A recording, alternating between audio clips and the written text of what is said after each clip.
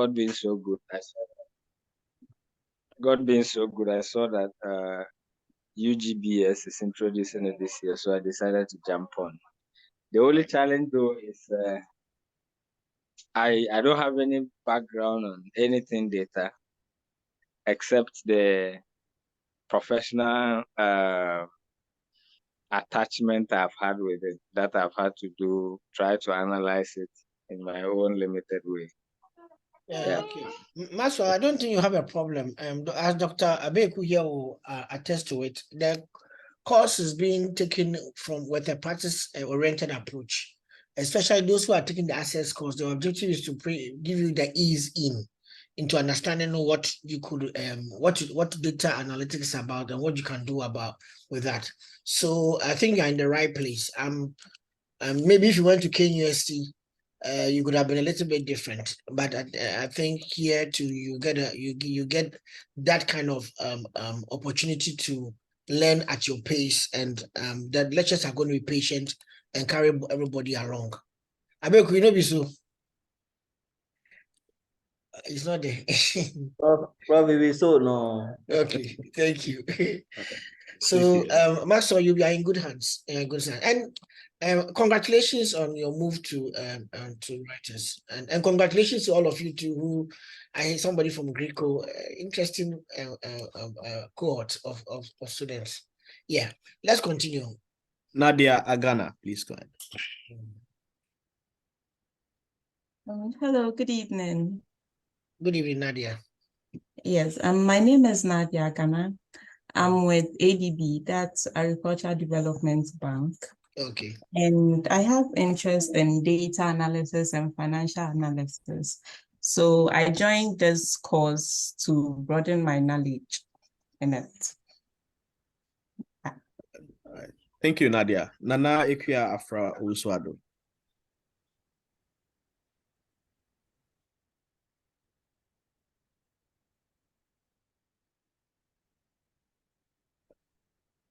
Nana Ekia, we can't hear you. Hello. Yes, we can hear you now. Good evening. So my name is Aneke Afra Owusuado.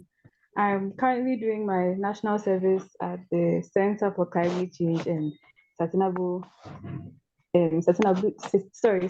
Studies at the University of Ghana.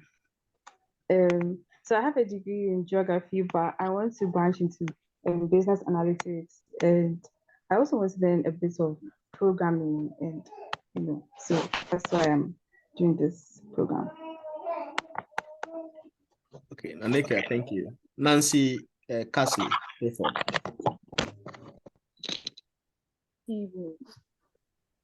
My name is Nancy Cassie Hayford, and I'm self-employed. And I'm currently pursuing this course because I'm interested in it, and I want to acquire knowledge in business. Okay. Nancy, which area are you into your entrepreneurial endeavor? Which area are you into? Retail? Are you into something in agric, or which area? Yes, I do baking. Oh, that's interesting. Okay. Interesting. I'm a cake fan, so we'll talk. All right. Thank you, Nancy. Paulina Kobina, please go ahead.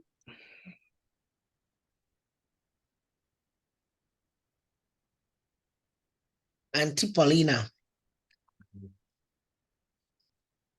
Okay, we can hear from Richard Asante. Please go ahead. Hello, my name is Richard Asante. I work with a Ghana company, and for the past 15 years, my responsibility. Gridco, Ghana Grid Company. This is the second person from Gridco. Am I right? Exactly. Yes, you're right. Are you on sponsorship, or the two of you? No. It's self-financed. Okay. Interesting. Welcome, Gridco. Maybe we'll talk with you guys later. Sure. Okay. Sure. So for the past 15 years, my responsibilities have been with information systems management, and then also training and development. That is lately. So my joining this course is born out of personal interest and then my desire to also use business analytics in my own future business that I hope to embark on. And also to help with certain data issues that is facing the kind of work I do now, especially training and development. Okay. In fact, those of you who are coming from the HR background, it's very good. Abeku and Dr. Erica Fodazi do a lot of trainings in these areas for people who want to use these platforms for HR analytics. So, and then the healthcare analytics. So you are actually in good hands. And those of you who are coming from the policy angle and stuff, I'm a policy expert, so we do a lot of things with responsible use of technology and responsible use of AI and responsible use of data. So there's a lot of interesting things that we are going to be discussing in here. And I think when you go to class and the lecturer is going faster than you, tell the lecturer that please, can you relate it to my workplace so that I can understand it, so that you can get it, because I understand the way all of you are coming from different backgrounds. You need more examples to enrich your teaching. So Richard, thanks for giving us good feedback. Okay, let's continue. Thanks, sir. I think we're left with about 6 people, yeah.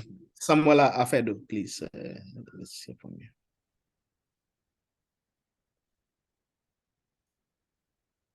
Hello, good evening.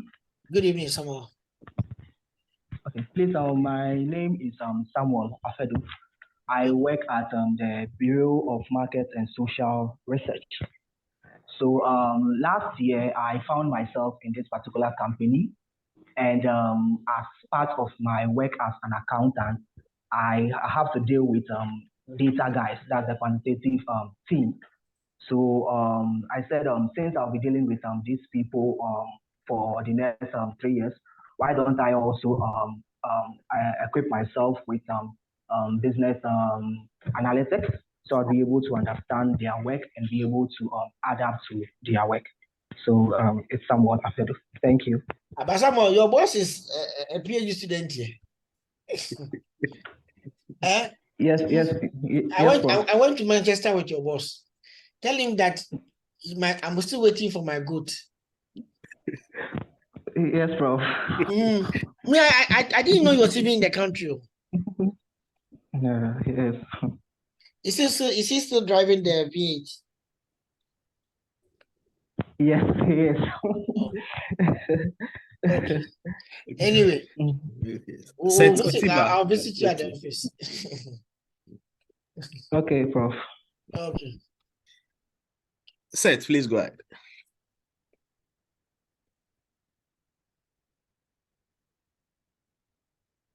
Okay, I think we don't have Seth. Stephanie Waffle, please go ahead. Good evening. Good evening, Stephanie. I'm Stephanie Waffle. I'm a graduate from the University of Ghana. I studied sociology, but then I would like to have a change in career. That's why I decided to pursue business analytics.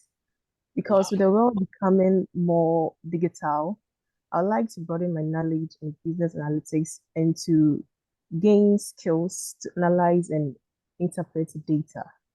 Yes. Stephanie, which field are you going to be working in? Are you working, or are you intending to go and work in? Any of them you can answer. Okay, I'm currently self-employed. Okay. I'm into fashion. You're into fashion. I sew clothes. Oh, you're into fashion? Yes, please. Yeah, my PhD was in the fashion industry in Ghana, so you're in the right place.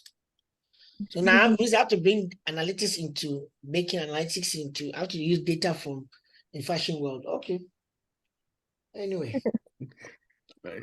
But so you know Christy Brown? Pardon? You know Christy Brown? Yes. Hey. You don't know your colleagues in your industry. Okay, don't worry. Let's continue. Stephanie, we'll talk later. Okay. We have got Seth. Seth is back.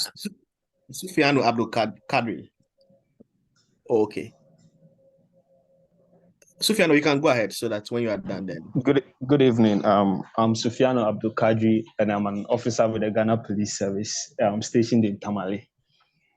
I'm coming from an accounting background. However, I want to make a transition into tech, and then hopefully find an application in crime fighting. And currently, we live in a world where cybercrime and is quite on a high. I'm hoping that I could one day transition as a analyst in cyber, in fighting cybercrime with my skills. Okay, so that's interesting. You are looking at things to do analytics and cybercrime. Interesting. Or data and cybercrime. Okay. Are you back? Okay, if not, there's Vanna. Is that your name?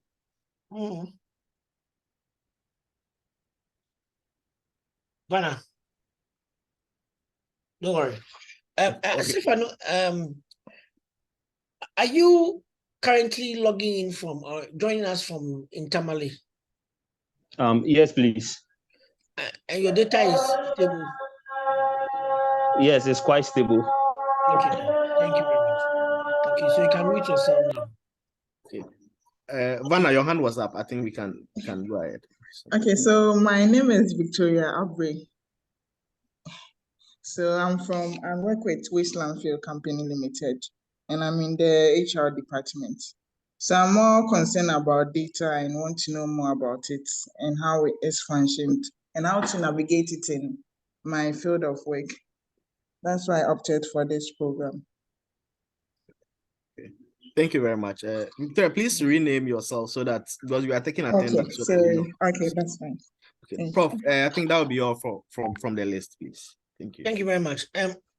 Dr. Baby, I think your work is cut out for you. You realize that the nature of colleagues that you have here, to inform how you run the second the second session of the second part of this program. That's after the access program is finished. You have a lot of work to do in that sense. So we'll talk later. Oh, yes, please. Yeah, you see the kind of cohort means that you may have to carry them together in a particular way. Yes. The practice-oriented nature they are what they are looking for, and this engagement is very, very necessary. Okay, ladies and gentlemen, once again, you're welcome to Data Security and Privacy MSBA 512. So this approach of teaching this particular course is being done in a friendly manner, with the objective of trying to lay the foundation for understanding the key issues regarding the protection of data as information access, and then being able to understand what security of data means and how to also manage privacy of personal data and privacy of information of the data that's related to some of the consumers and clients that we work with. In a nutshell, by the time you finish this course, you should be able to evaluate risk, understand it, demonstrate a practical understanding of the steps to build and maintain an information security department in terms of the data protection, in terms of data governance, and in terms of securing the data and then ensuring continuity of business. That's what, and then be able to have an understanding of what is required of you if you need to engage with an information security team and discuss issues concerning data, and be able to anticipate patterns in behavior in the use of data so that you can see whether the data is compromised or not compromised. These are some of the things that we'll be talking about, but we are coming from a less technical approach, but more of a policy perspective. But there are some techniques that we'll also be learning that may be a little bit quite technical, but not so much that will scare you away. But you should also know that I'll be meeting you every week on Thursday, and I'll be your friendly voice. So you start with me, then you go to the rest of the weekend with the other lecturers. So I'll start with you, boko, gradually, and then they take it over with a hard stamp by Saturday. But what we'll try to do is to make it much more friendly. So please see the lecturers as your friends and to engage them with whatever is necessary. My name is Professor Richard Boateng, and looking at the kind of big guys here, I don't have a problem if you call me by my first name, Richard. I don't have a problem about that. I realize that I have some of the people who are even my colleagues in one way or the other, or some of you, your bosses are my close pals already. So we are in a friendly environment. Now, so in terms of what we'll be doing, we'll be looking at today introduction, importance of data as information assets. I've shared this one with you on the platform. But Obed, if you can share with Dr. Beku in one way or the other, or put it in the chat room here. The foundation of data security next week, and then privacy and data protection concepts. Then we'll look at some of the data protection and privacy regulations in Ghana and other African countries. Then we'll also travel to Europe and the US and other countries. As Sefiano says, he says that he wants to be very good in understanding how to manage data and protect it from a policing perspective. I kind of see that some of these policies can guide you to understand how to appreciate what you come across. And most of you are even talking about the fact that you are dealing with data, and some of the kind of access you give to people in terms of what they share with you and what you use it for. I believe that you have come across the Data Protection Act of Ghana before, or even the data the commissioners that manages or ensures oversees the enforcement of this act. We will discuss it in relation with other countries too, so to give us a wider perspective. Some of you come from multinational oriented institutions, so some of these things will be very important to you. We'll discuss types of data threats, and then we'll also look at data protection measures, advanced threats protection measures, and then incident report, response and management. Then we'll wrap it up with the compliance issues, future data security. I know we have 7 weeks, so technically we will have to collapse some of the sessions. But to make it easy for you, I think you have using the old one. Okay, don't worry. You don't have it listed here. But to make it easy for you, let me switch to my slides for today. To make it easy for you, I'm a prolific writer, so I'm just completing a book for this particular program. It will be ready, it will be out on Amazon and in the University of Ghana bookshop next week. Data security and privacy made easy for managers. Very, very easy. And everything I teach is based on the book. So it is going to be very interactive for you to learn with the book. As a very simple book that I believe most of you even get some for your bosses and stuff, because it's made to be easy with friendly language, with very, very illustrative examples across the world, with these different case studies for you to look at different issues and discuss. Already I have a book on responsible AI, which is for Africa, and then for African businesses and governments, which is the University of Ghana is made available free for African businesses and government. It will be available by the end of this month, so that one too will be made available to you. But this is what we'll be using for our text, and it's going to capture everything that we'll try to do. Today I'll be teaching from it, so you see, as I use the examples from it, you understand what I'm talking about in terms of what the book does and what knowledge it will give to you. Okay. So the objective of today's session is to introduce the concept of data security and privacy and its significance for businesses. We will cover the importance of data as information assets, common threats, why protection matters, and the definitions of data security and privacy. So these are my 4 key topics. Data, the new oil, and it's more of discussion. It's not necessarily topics that I'm going to teach throughout.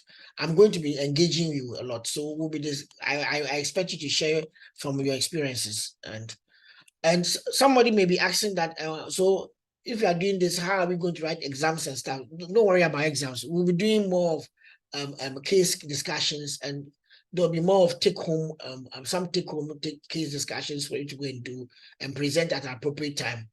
That will be the way we will assess you. So just participate in class. And we also do class participation to give you some marks. Maybe later on we'll bring down the marks for you to do. But at the end of the day, looking at the students who are here, nobody is going to fail this course. This is a very interesting and very interactive course, which all of us are going to learn. Now, data the new oil, common threats to data security, why protection matters, what is data security, and untangling some of the data terminologies that are related to this course, not the whole program. The whole program, Abeku and Dr. Abeku and Dr. Wusu and Dr.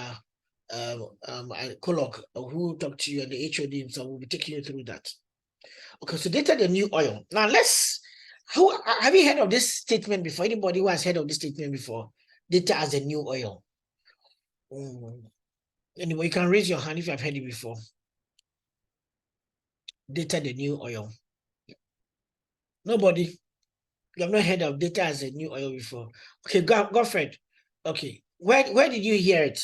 In what discussion? Was it in the office or on news or a movie? We're having a management meeting, and then our CEO, Mr. Alex Brown, made mention of it, that we should make decisions based on data. And as part of the trends out there, data is a new gold and then a new oil as well. So that was the first time I heard of it, which I think it makes a lot of sense. It's true. Okay. So actually that is the truth. Let's look at this example. Every day, let's look at a global e-commerce company. Haptel, I'm not targeting you, but it's coincidental, so don't be worried. A global e-commerce company. Every day it collects millions of data points from customers' browsing habits to purchase history. This information is invaluable. By analyzing the data, the company can personalize shopping experiences, forecast sales, and streamline supply chains. However, if the data is exposed or forced into wrong hands, it can have disastrous consequences for both the company and its customers. And I believe that some of you have come across these things before. You know that sometimes when you're on certain pages, as you visit it, it starts recommending other products to you. It picks your browsing history and it's able to use it to recommend other information to other products to you. Sometimes even welcome say welcome back. You were here, previously viewed items, and you have not even created an account there. So you're wondering that how does the thing know that I previously viewed this particular information? As you are browsing, some data is being picked about everything that you are doing, and they are stored somehow within the browser, so that when you go back to that website, it remembers the last page that you visited and is able to take up from there. Now, the challenge is that the companies are trying to enhance the interactivity for the customer, but the customer is also giving away his information. So there's a kind of a trade-off. And that question comes up that as we want to use and leverage data as the new oil, there are certain privileges that we are urging customers to actually give up on, so that we can gain information about them and make the experience better for them. And that balance, if you do as a company, if you don't have it if you don't know how to manage it very well, the challenge you may have is that you may end up compromising the data, the information about your customer, and that can lead to a lot of losses for you. So the data is the new oil because it drives business strategies, it informs decisions, and plays a key role in shaping various industries, various industries. Let's just take an example from the one that comes to mind. There's a gentleman who said you work in Glyco, I think, health insurance that you mentioned earlier, if I'm right, Glyco. Yes, please. Okay. That's the next. Now, let's just think about this concept about data is the new oil. How does it actually relate to your place of work? How does it relate to your place of work? Okay, so let me pick it from the regulatory point of view. The private health insurance is still a young industry in Ghana here. So the regulator, they don't publish data for other players of the industry to know and plan with, unlike the NIC, that's the National Health Insurance Commission. Okay. So for private health insurance companies, you're supposed to have like your own data hub that will inform you with your pricing, your strategies for entering into new market areas. Okay. So So let me ask you, the private, I don't know, Glyco, have you heard of RX Health before? Yes, so it was a system we were on. That's for claims processing, submitting of claims and claims processing. Yes. Okay, one of the co-developers was my PhD student, and we did some work on it whilst he was developing it and stuff. Very interesting platform, but it's good. You said you were on, so you have moved on to other things. Anyway, don't worry. Yes, please. But what is interesting is that what you are saying is true, because the information that you have is invaluable. I remember, for those of you who may not know, there's this platform that is able to track medicines in Ghana, and then who is ordering them in terms of from the private health insurance perspective. So there was somebody whose mother was ill and was looking for a particular medicine. And I remember that what they did is that they just had to give us the medicine. We typed it into the system. They could tell us the last place the thing was prescribed and where the person bought it from, within which hospital. Because the platform is used by a number of different hospitals across the country. So at that point in time, the gentleman was able to get that. The mother was in Obuasi. We were able to find the thing somewhere in Tema or something like that, and get a drug to the mother that in Obuasi. So you can just imagine that if such a platform was not existing, integrating data that is about people's prescriptions and orders that are being placed across the country. In terms of the networked hospital, the participating hospitals, this person's mother wouldn't have been able to get the medicine he was looking for. So being the new oil there is something that resonates in many different fields. Does somebody want to share from his own office what it means to you? Somebody says, Prof, will this come to one of our assignments? No, this is not one of your assignments. No, but we are just chatting. Okay, so let me hear from somebody else. Greco or any of, please go ahead. Elizabeth. Take note of those who are contributing. I wanted to contribute about a project that we are currently working on here in the office. Okay. It's, looking at the tourism sector. Okay. And collected some data on the use of hotels versus the use of the Airbnb. And realize that the use of Airbnb has risen drastically as compared to hotels because of data that's provided when people use the Airbnb. The backstopping data that is usually given to Airbnb users helps them to improve their systems and make it more conducive for those that stay in the Airbnb. That is against the hotels that don't have this data available to them. Good. I like what you just said, because you have mentioned that before the data became valuable, they had to process it and make it and tie it to maybe a process or an activity, so that it can actually make sense. And then that one, they're using it to improve their recommendations. They're using it to improve the service that they are giving to their customers. I'm not surprised. Recently, I was doing some project, a building project, and I was chatting with one of my friends who was giving us some PA system or entertainment system. He was telling me that there's one which is is used to control lights and then radio and other things in the room. So it's like a panel that you put in there. And when you brought it to Ghana, all the Airbnbs bought it and they got finished. Why? Because when the person enters into the room, they want the room to remember the previous preferences in terms of which radio station was listening to, the type of light you wanted, whether you wanted dim light or you wanted yellow, a blue light or a yellow light, whatever it is, the curtain, which level of the curtain should be open to. He wants the system to be able to remember that he has come in. So they kind of bought his equipment and they're fixing it in some of these Airbnb to enhance the experience. And that particular gadget is just something that is supposed to be an edutainment or entertainment kind of convenience, but it was all running on data to the extent that when the person enters in, he can just automatically sync his phone with the system, and then he can pick his iTunes or pick his whichever music player that he has and start playing his favorite song within the rooms as he moves into different rooms. So what you're saying is very, very true. They are picking the information from different type of senses, and they're using it to enhance the experience. Okay, I saw Paulina's hand up, and I saw now Boateng Amati's hand up. So now, if you can go ahead.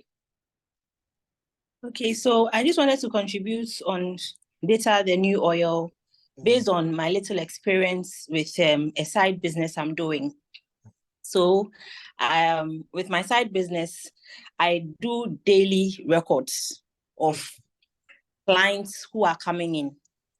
And the trend is showing that normally we have our peak time from Thursday, Friday, and then Saturday, and it starts slowing on Sundays. Monday can be very slow, Tuesday very slow, Wednesday, and all this has come up because we have been putting data on paper.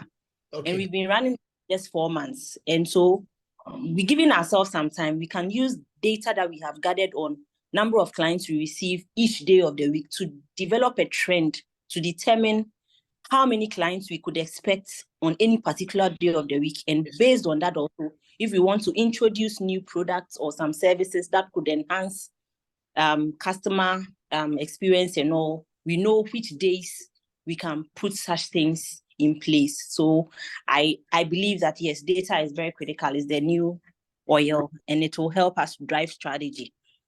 Thank you. Now, if I should even add, if you start personalizing that data, so you kind of profile the customer, where the person lives, East Legon or maybe Hachu or even Amateku, and then start looking at the products he has bought from you. You can even predict the expenditure of the person and how much he's willing to really spend as disposable income on a new product you are bringing, because you kind of study the person's pattern. Some people are drawn to what is new. For example, some customer will call and say that, what do you have new?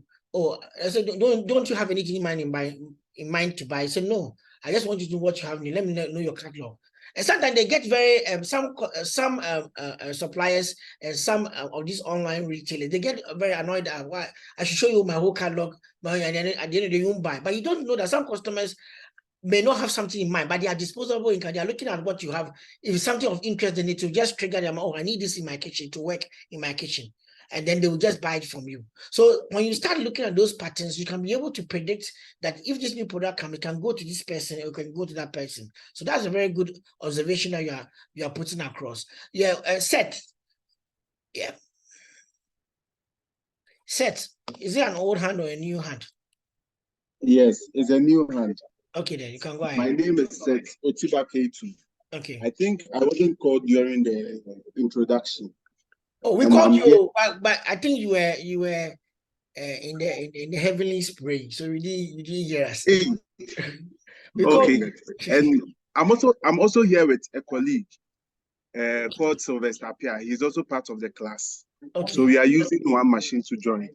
Oh, don't worry. Okay, Sylvester, welcome. Thank you, sir.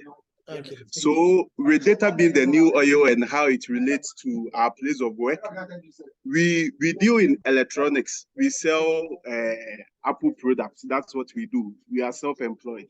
Hey, then I'm your client now. Oh, okay. Okay, yes, we have everything you need. Okay. The class. Yes. So with effective data management, it enables us to have informed marketing decisions and help to drive our business growth. Okay. In the area of the purchasing patterns, looking at customer purchases, what they want, and the things they normally come to ask for. When we use data to analyze those things, we can always have the things that's in high demand in the shop. Okay. So, Seth, if I may help, you know, Apple is a premium product, so it's interesting to look at where your people are coming from, which pattern and which parts of our crowd they come from, and what kind of job professions do they have, so I can be able to understand the type of clientele that you are dealing with. Because the fact that yours is a premium product, you can't just offer it to everybody. But it means that at the end of the day, if you're able to know who are buying your products, you can be able to also predict.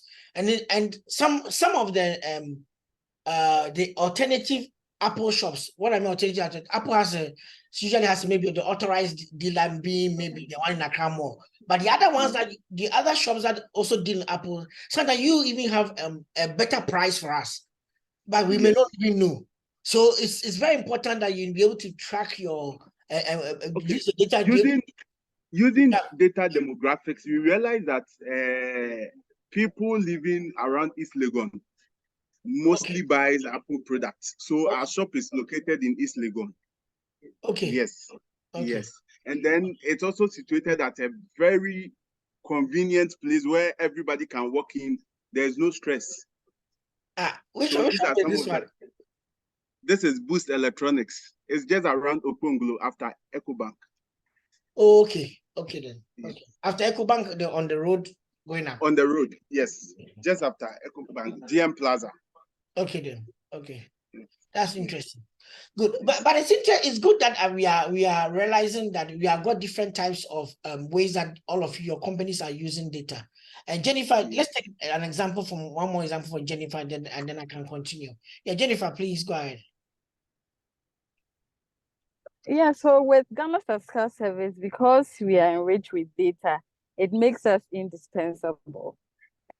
Hey, are you sure? And because government, business agencies, and others depend on the data to inform their decision. And the value of data is only realized when it's being used. So data is the new oil. Thank you. Ghana Fiscal Service, when are you going to do another industry survey? Since the 2007 one, you have not done any industry survey for us. Tell your boss. We are actually preparing. Okay, No, tell Michael that we don't understand. There's no since 2007, yes, 2007. We have not had any industry survey before, and you are telling us that you are indispensable. We are using old data in Ghana, and you're saying you're indispensable. Maybe that's one of the reasons why our government is making some interesting decisions with their money, because it's 2007 data. Anyway, Paulina, your hand came up earlier and you went off. So can we pick up Paulina and then Abdul? Then I can go ahead. I think everybody's getting excited. Paulina, please, can you go ahead? Okay. Good evening. Okay, I'm with ECG. Hey. Continue. Okay, so recently we are doing, before we did the Agenda 2020, and during that exercise, we gathered a lot of data on the power utilization of our customers and the demography and all that. Based on that, it helped us to know some of the problems our customers have and some of the issues we have with our meters. And even some issues with our own system, communication and all that. Yeah. And it helped us improve on our collection even between that time and now.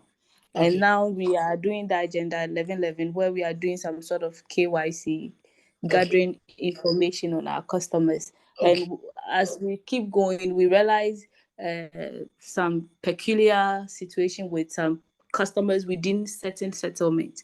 And that even helps, or it informs even the PR to know the kind of education to churn out. Okay, so let me say something. For your example, for your institution like you, I'll be very happy if Dr. Beku can teach you how to superimpose your information on the geographical data of the spatial data of Ghana, so that you can be able to understand how slums work with your with the patterns of behavior that you are looking at in terms of how they use electricity and how they purchase and buy. So sometimes if you are using any of these ArcGIS applications and you layer data over it, like your purchasing behavior and patterns on it, you'll be able to know that, okay, when I get to Abubushi, I can see that this is what's happening here. These are spikes, and any kind of town that has, or vicinity or locality that has particular patterns like this are likely to also behave that way. But you are using a mapping data, and you are also using your purchasing data layered on each other. I hope that is possible. He's not here. Anyway. So that'll be very, very helpful for you. Okay. We did something like that with the World Bank some time ago. That's what I'm trying to say, that you should look into that. Okay. Now I want to go ahead with Abdul and then Emmanuel Labi. Okay. Abdul, I'll give you only 1 minute, and then Emmanuel only 1 minute. Abdul, go ahead. Okay, Prof. In the NGO space, Every intervention is based on data. Sure. So you have the baseline studies, the pilot studies, and even during intervention, the midline, the end line studies that are all based on data to evaluate the impact of the intervention. So data is everywhere in the NGO space, and I think we can't do without it. So it's better we get hold of it and learn how to analyze it and use it to our benefit. Okay. With the NGO space, my challenge that has been is the fact that sometimes the data that is collected by one NGO is not made available. So you see the same NGO, another NGO coming and sending even sometimes the same company who did the same for maybe UNICEF. Then UNESCO take the same person to go and do a similar thing, but maybe adding 2 more variables to the same study. Again, in the same locality. And because the person also want to maximize value, he will tell them that I've just finished one for this company.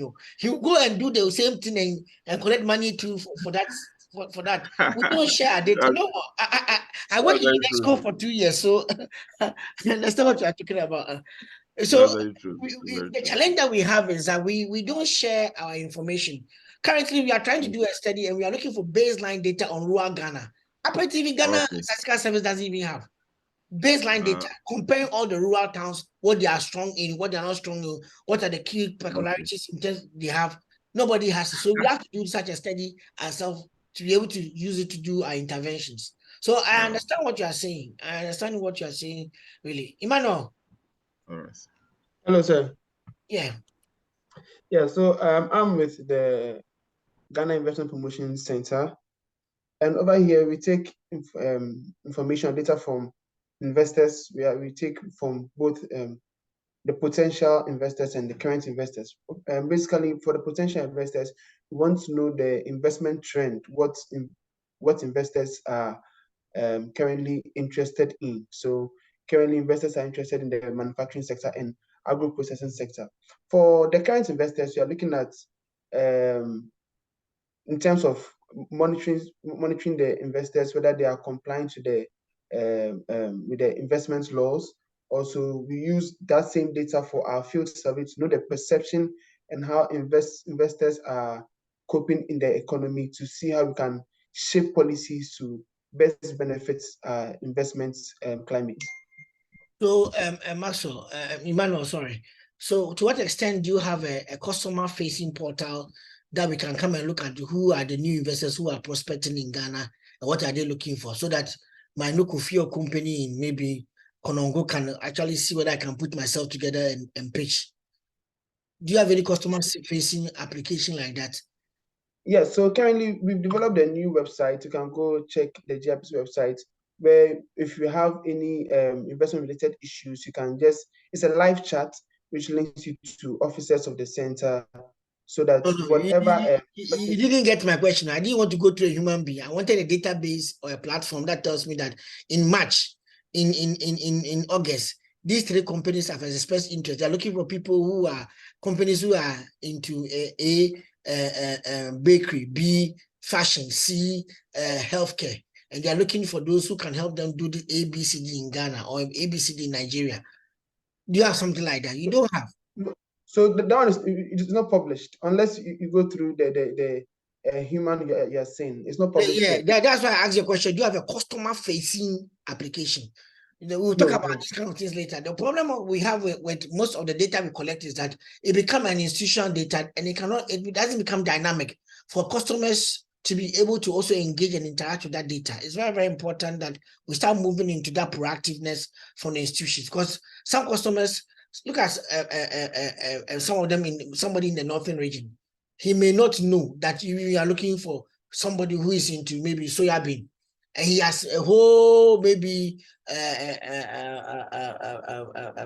has aggregated soya bean for maybe 3 months, and he's looking for some way to sell it. But if he's able to know that I go to this website, I can get to know all the prospecting that is taking place, I can be able to pitch myself. So think about that. It's something that you don't need us to tell you, but you, the Ghana GIPC, should make it a forward-facing application for us. We don't need to go through, passing through. There's some information if you need, which we can get to somebody else. But I think that openness has to happen anyway. So that was Emmanuel. Emmanuel, thanks for your recommendation there. But I believe that you can do more for us. Now, okay. Thank you very much, sir. Okay, so let's look at. I think Paulina's hand has been up. Paulina, is that your old hand? I think so. Okay. So common threats to data security. And some of the common ones we know about is phishing attacks, ransomware, and data breaches. And some of you may be asking, what are these? Paulina, how can we help you?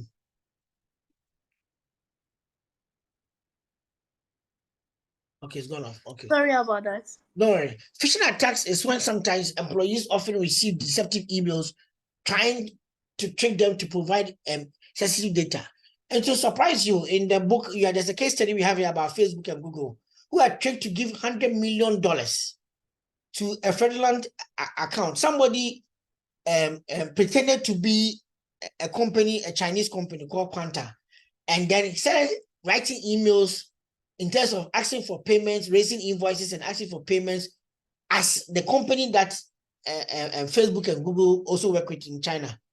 And the person, they ended up, this guy was, I think, in Europe or some place, and he set up even company, and he set up different companies with some studio accounts and stuff, and he was able to get these companies to pay him up to over $100 million, even though they were able to retrieve the money. But the guy made money for some time. So I'm just trying to let you understand that this kind of attacks, it doesn't only happen to maybe African companies that you may have heard, or maybe you're even in your own office. But even the big giants have gone through it and are falling prey to it. Then you have got ransomware. Ransomware is when hackers lock users out of their own data and then demand a ransom to release it. In the early phases of the web, most of the hackers used to do it to church-based or religious-based websites. They can hijack your website and then they'll put pornographic information on it, and they tell you that come and pay something before they release it for you, or they turn the information back to the relevant information, relevant things that you are looking for. I remember there's the time that was a case about even the UN. One of the UN past Secretary General wrote a speech, and it was put on the web on the UN website. Hackers went into the speech, changed sentences in the speech, and then put the speech back there. And it took them some time before they realized that sensitive information in the speech had been changed, and it was still on a website. So sometimes these things can happen in many different ways in our current phase of computing that we both companies, like companies in Ghana and companies abroad, also get involved in. A local hospital might find its patient records logged and delaying treatments and putting their lives at risk. Then we also have data breaches. Data breach, I think there was a recent case about this net a few years ago. But one of the popular ones global was Equifax, which was a major credit reporting agency. Personal data of about 147 million people were exposed. And I would like us to look at the Equifax case study and then use it to discuss and relate it to our challenges in Ghana. So let me see. There's a gentleman who says that he works at Daily Graphic or something like that. Can you read this for us? Oh, he's no longer here. Is it Maxwell? No, the Reuters guy. Let's go for the Reuters guy. The Reuters.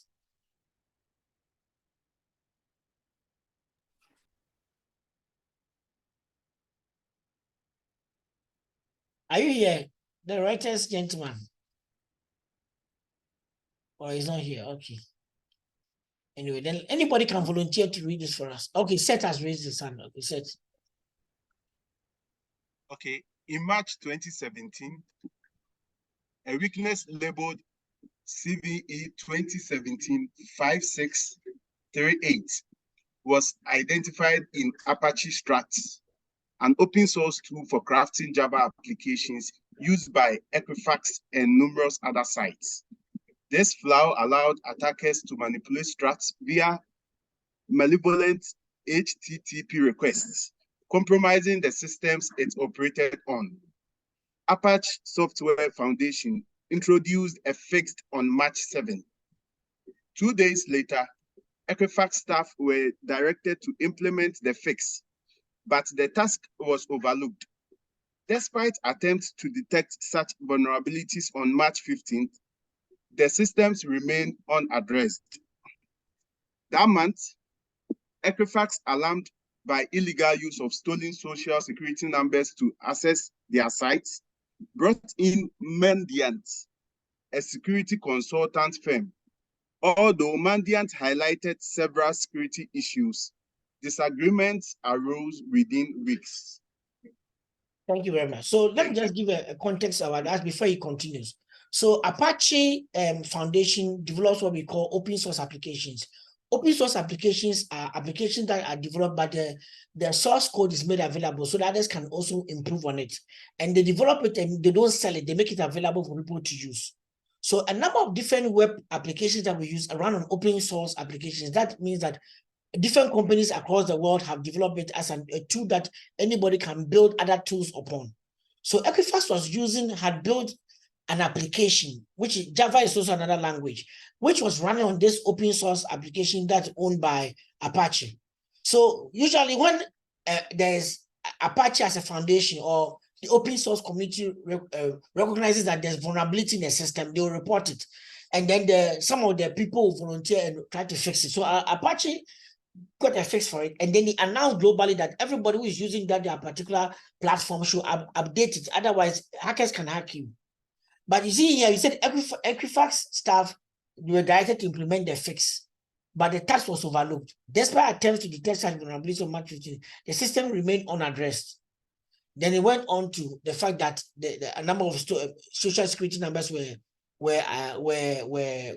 accessed through their were stolen from that website, and security, and that one came out of an audit that was done by a security firm. So let's continue and see. Oh, sorry. Okay. So please go ahead. Oh, sorry.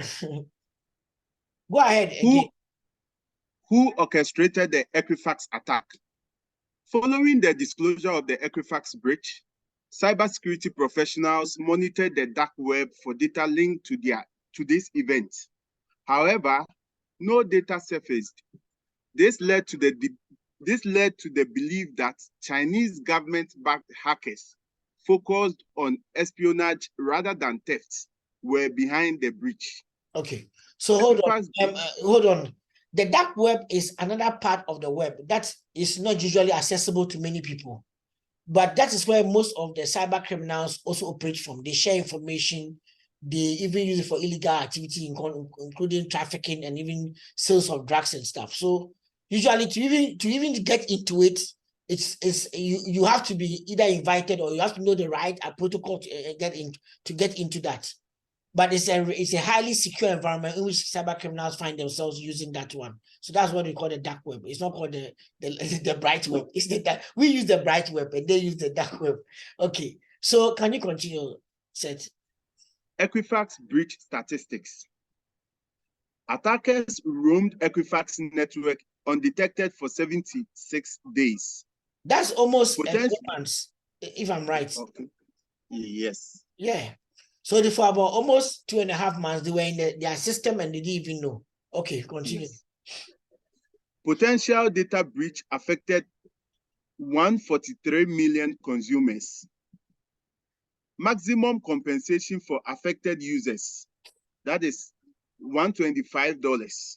That means that if you're an affected user and you come and complain, the company was willing to only pay $125 for the fact that your social security has been leaked.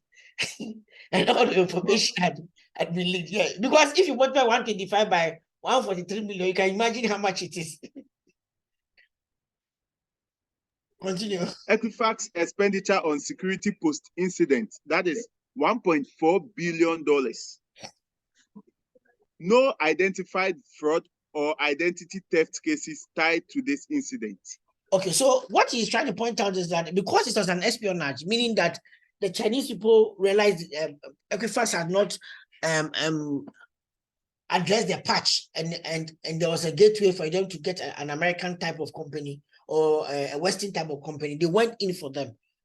And because they are getting that information to be able to trade for, use it in part of their espionage activities, they can't see that anybody has leaked this information. Usually, when cyber criminals take the information and they hijack it, they may end up selling it to somebody else who will then use it to be able to sell to people maybe in Ghana here or Nigeria to be able to use it to browse. So for example, he has given you your social security, he has given you maybe your credit card number.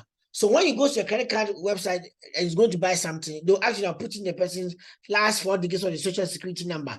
Then you put it in, then to verify, then you put in the address, because now you have all these details about the person.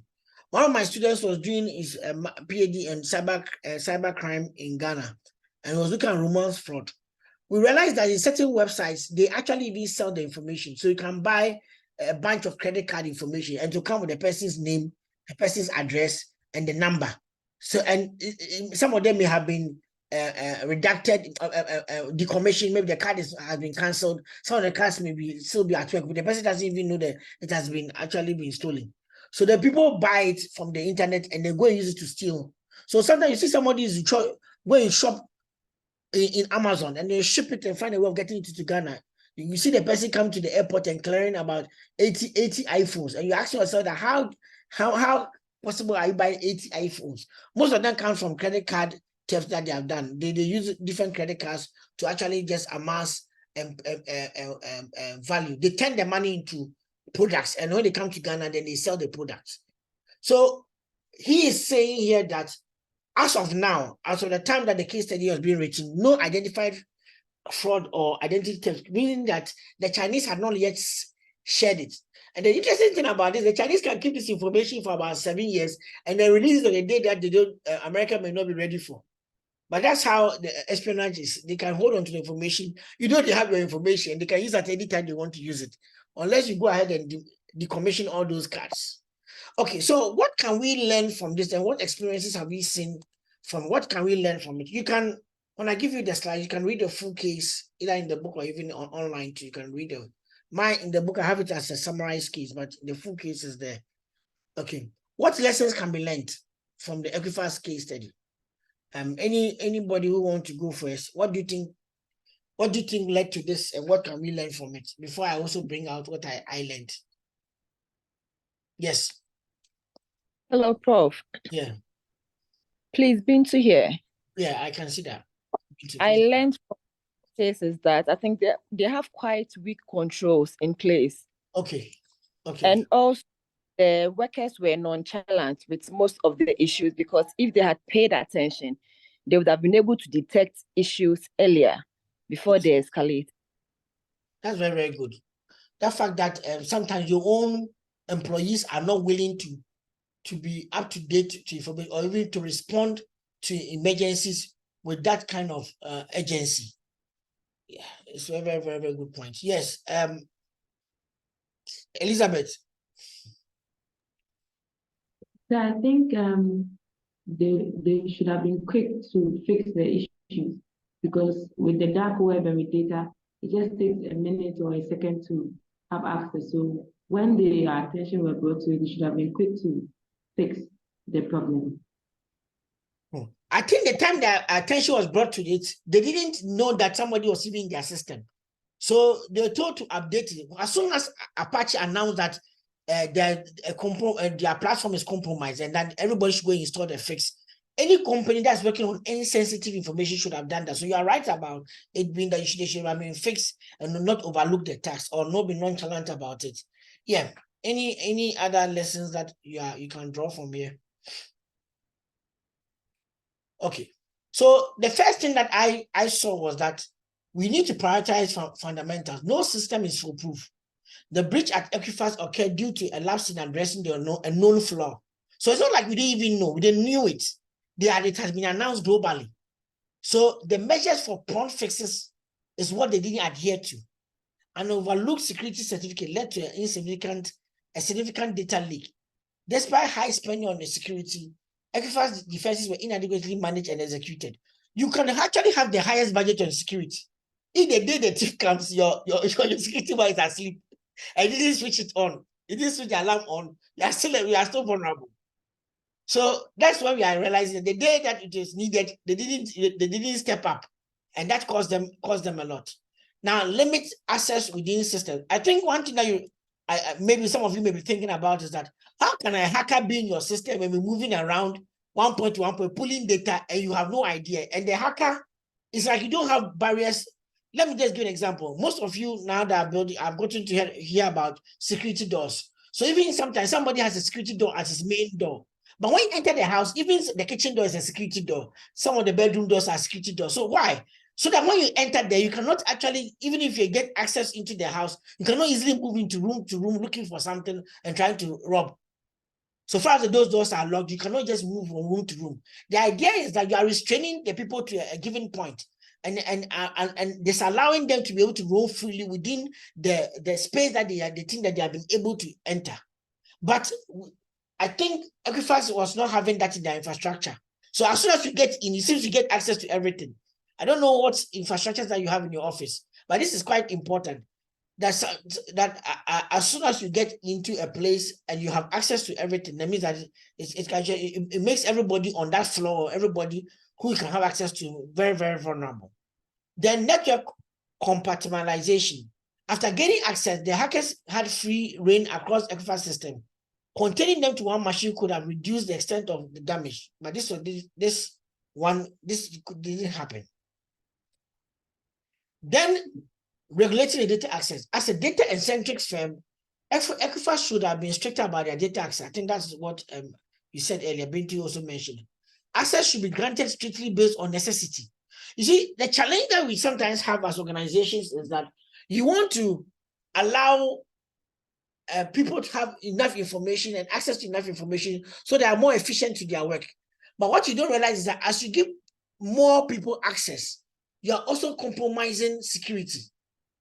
Because if the person does not use it for what is appropriately supposed to be used for, you are actually also put the organization at risk. Broad access poses risk, and as attackers can commandeer the user profiles. So if, for example, somebody is just recently joined your company, and as soon as you join your company, he's given a maybe employee ID with his username and password. He logs onto the employee intranet system where all your information are. But he just came in. Now the challenge that you have is that maybe sometimes the person has not even finished probation. If you give him that much access, he may end up reading certain information that after 3 months, you say he doesn't want to stay there anymore. But he's taking the information from your company to another place. So what we are learning here is that even though access should be given, we have to try to think about giving access in a strictly on need basis. In some organizations, what they do is that at maybe occasionally or periodically, the data access protocols, whether the password or your username or even the link, it changes. So that at every point in time, you are required to request. Do you understand? You are required to request for the information. You are required to request for the information.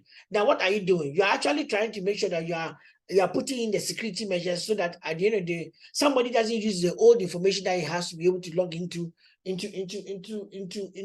a platform.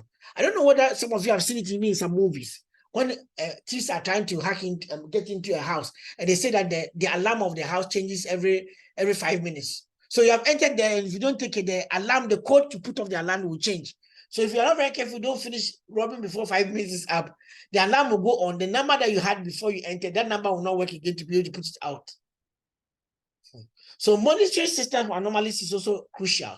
Going to sit down and say that you have a system, so the system should work. That is something that you have to be very careful, because the system may not be as efficient as you think, or the fact that you have put in, you trust the system does not mean that you should you should be checking for control, or you should also monitor it. You may trust the system, but you need to still monitor it. Monitoring systems for anomalies is crucial, like a rapid 9,000 database query that went unnoticed. That happened to another company. It's like the person is looking for different types of information. All this thing went on, the person doesn't even realize it. And even in Equifax, I think that also happened to them. Now, what other things come into mind, gentlemen and ladies? I've given you is there any other thing that comes into mind? Or something that you can see in your own office? Okay. So I have this question for you in that sense. The case study points out that once inside the Equifax system, attackers could move freely from one machine to one machine. Discuss the implication of broad access rights within organizations and organization internal systems. Given broad access right, is it important or it's better for you to do a need-to-know basis access?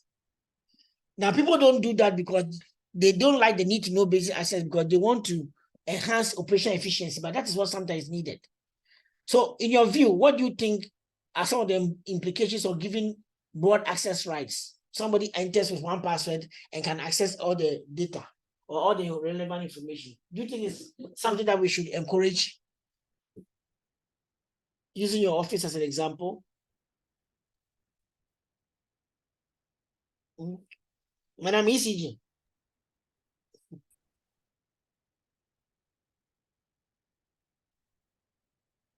Yes, go for it. So I think it's a straightforward no. And a critical example is I'll use my institution, Hubtel. Everyone has a department in which we are all working. So it doesn't mean that maybe once you enter, we would give you an access code for everything. Depending on which field you are, if you are an engineer, there are certain codes that you'd get access to. And then if, let's say, you are a retail relationship executive, there are certain codes that you're supposed to get. If you're a service support executive, there are certain codes that you're also supposed to get.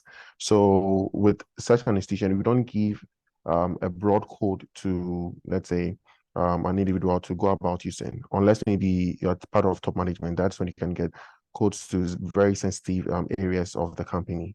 So I think it's all right to give out broad codes to every employee, but once it's specific to your role, that is when we can give you that access code to facilitate your work. Thank you. Okay, Godfrey, thank you very much. I think you have made a very good point out there. And you need to know basis is more important than just because you want operational efficiency, you're allowing everybody to have access to every information. Yeah, Paulina. Okay, I would use system. Currently, we used to use the Sun system, and we just recently migrated onto the SAP system. Okay. And the access you have is based on your profile, and based on your job schedule. So that if the application or what you do does not relate to a certain application, you would not have access to it. So you may log in, but when you log in, you are privy to only the things that are within your schedules, but you are not given access to everything. Okay, thank you. That's interesting. Richard Asante, yeah. Okay, I think from experience, what happens in most organizations is that you realize that they don't have a very good security matrix where there is a broad definition of what people do and what they need to access. So it is important that organizations have this in place. The other thing also is that sometimes some of the softwares do not have that granularity in assigning access rights. So that is something that companies also need to be aware of, so that when they are acquiring this software, they can see to what level can certain information be exposed. Because some softwares, when you are giving access, it's like you either take a number of access to a certain data set, or you take none. But for others that we've tried, you can even go within some data set, you can pinpoint to the exact data that you want the person to be exposed to. So that also becomes very important in trying to get around these data issues. Okay, I think you have both made very, very laudable contributions. The challenge that we have with need to know basis is that it means that at every point in time you need to go back and request, and people don't like that. So it looks like you are hampering activities or the efficiency of their operations. So they don't want to be doing that. And when we also open it up for everybody, we also stand at a risk. Because it's not, you may not know what in somebody's mind in terms of what he has planned for the company. Actually, I would think he also has his own plans for what he wants to do to the company. So you have to be less vulnerable, put yourself in a less vulnerable position by not giving the person and everybody that rise to every type of information that they need at any time, at any point in time. Some organizations actually log you out when you are outside the office. As soon as you go out, you're outside in terms of your time allowed. So if your working time is between 2 to 3 and you come in, as soon as you move to 3:05 and you can be at the premises, but that day if you're supposed to finish at 3:05 you are logged out of the system. You can still be sitting at your desk, but the system you can't use it because your time has there's time allocated to you in terms of access to the system and whatever you're supposed to do. So if you come to work and you're not able to finish also within the time that is, they know that anybody who is seriously working on maybe processing of documents should finish 20 documents within 2 hours. That 2 hours, that shuts you out. But what is interesting about what Richard said is that what I mentioned is a very good and laudable idea, but not all the systems have that granularity because they don't build all the systems that way. So unless you are prescribed or requested, but we are that organization like to buy off-the-shelf applications. Oh, I've heard you are using it, is good. Okay, then go and buy it. As you work for Tropical Cable, I also want it to work for me. So you don't even know that the way Tropical Cable is structured is very different from how you are structured. Because the person went to Pope Jones, you also went to Pope Jones, you say, oh, let's buy that software.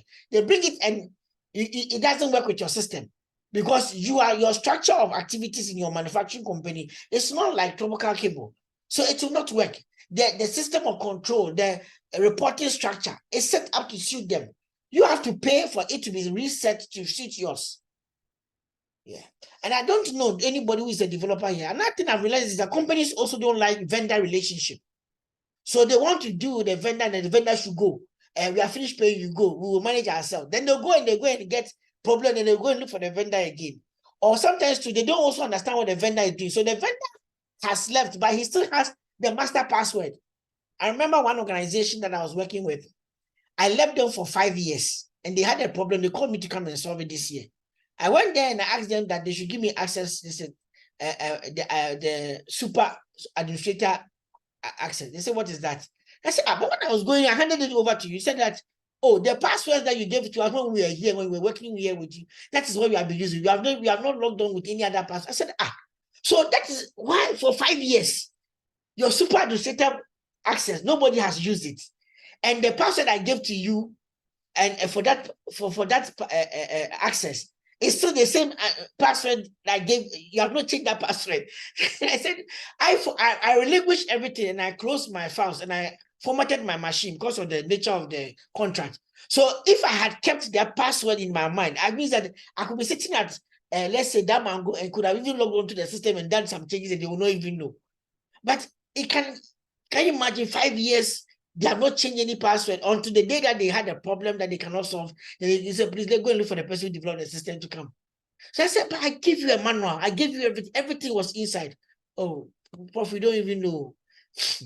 And that's the challenge that we have in organizations. We don't even sometimes know that the vendor has some access control to the platform that is more than what you. And sometimes if it happens that way, a vendor can a rogue employee or the vendor can hack into your system without even you know, and the vendor may not even know that one of the employees who has now left and gone to work for somebody else is angry or some payment that didn't go through well, and then he hacks some of the platforms of some of the customers. So please, whatever you are going to do in terms of access control, know what you have access to, know who has the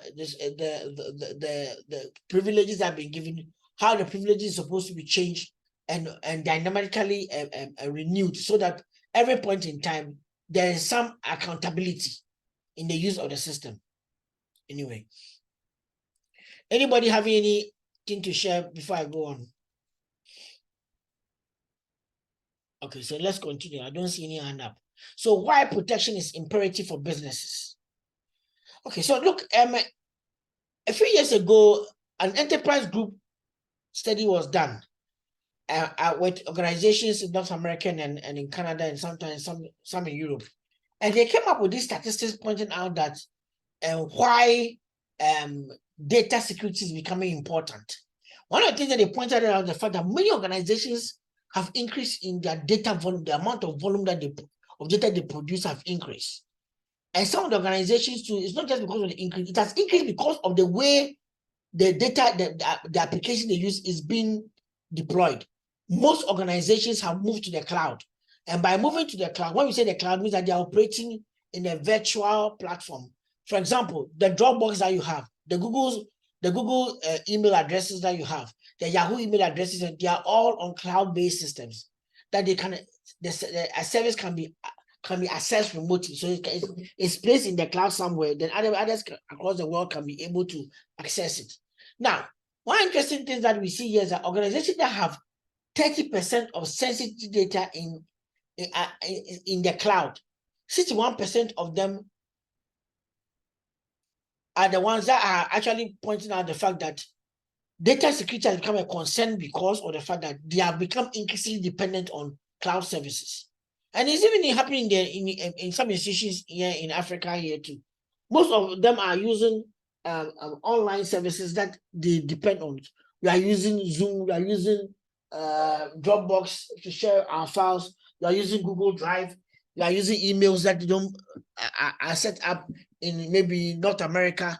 We are even having a website hosted in maybe another part of Europe, and we are actually thinking that the company is just based in Ghana, but the company itself is virtually based everywhere. Organizations that have at least 500 business applications worldwide, deployed worldwide, we are also using the cloud, 53%. And all of these people means that they are generating a lot of data at a point in time. And this type of digital transformation that's happening to our companies, increasingly depending on the cloud, has driven the fact that security of the information becomes important. In some organizations, they argue that the data that is produced for that particular organization shouldn't be hosted outside the jurisdiction of the country. For example, let's say Ghana government, and you work in maybe birth and death registry, and then you develop an application. Because of the sensitivity of that data cannot be hosted in maybe, ideally, should not be hosted in maybe Russia or outside the country. You have to find a way of hosting it in Ghana. So your service provider then becomes something like the National Information Technology Authority, that's NITA, who provide a service platform for you to be able to host it, because they kind of provide that services and make it available to you in Ghana. So that's why if you do follow that approach, then you are safe. But if you should follow an approach where you yourself go and find some website somewhere and upload your information, and then it's hosted somewhere across the world, if there's any compromising, anything happens to the data and it's actually hacked or compromised, challenge that you have is that it has to roll on you, because part of what is expected of you in terms of the institutional framework that Ghanaian government agencies in Ghana work with, you are not supposed to carry the data and host it in another country. I remember even in the University of Ghana, somebody was asking that, so where is our data? Well, we tend to use Amazon Cloud Service and other cloud platforms, even though we have a local server here. We use for some of the services, especially the admission application, because of the fact that there are a lot of people who are trying to book a room. I don't know if you have experienced that with your relative who are trying to book a room when you will open school. And the applications, because of the fact that as soon as you open it, 7,000 people trying to book only 700 beds. Within 3 minutes, the thing is full. Even sometimes within a minute, it's full. I remember people came to stay on campus so they can use the campus internet, because they said that when they use the campus internet, they can book faster. But will you believe that it was the other way around? Because all those who were able to get the rooms were people who had their friends in North America who booked for them. The website itself was hosted on Amazon in North America. So if your brother is in US, and at the time that they said they have opened the platform, you book your room, water hall, whichever room that you want. Those who were able to get it very fast are those who were, because by the time they open the page in North America, you are now in Ghana, your internet has to travel to your provider. Maybe your provider is in Seychelles. Then after that, go to North America, go and request, come back and give a reply. That person in North America is just a stone throw of it. He connects to the internet, he goes into the server in Amazon's in Seattle, looks at the UG website, books, and then comes back to you. Then you are sitting in Ghana saying that you are sitting by University of Ghana UGCS, the computing service center. You realize that the internet that you have there, it has to go to Vodafone, then from Vodafone go to America, and then get an answer, come back to Vodafone, it will come back to you. The person in America has booked already. So we are becoming increasingly dependent on cloud services. And those kind of services also letting them realize that we are dealing with a lot of data. So this secret I've given you, please, the next week, don't go and leak it to. If you leak it, it will work for us again. Those of you who have got relatives who will be booking rooms, don't go and tell them that Prof is saying that if you want to get a room, you be in North America and book. But it will work for you if you do that. I'm just telling you. Anyway, current on premises apps likely to move to the cloud in the next 5 years. 43% of them said yes. Then data workloads currently that run and operate in the cloud, 55%. So even in Ghana, the forward-facing organizations are also dealing with the cloud. Look at the number of people who are deploying mobile apps. They are all running, most of them are running on cloud-based applications. So somehow, because we are increasingly dependent on the cloud, and we are also dependent on we are generating a lot of data, security becomes an issue. Another thing that we realize is that when you don't comply, the cost of not comply is too high. So it is an incentive for you to comply. And sometimes what customers do, customers will not like to deal with people who do not comply to some data protection regulations that may be in the country or maybe globally requested of them.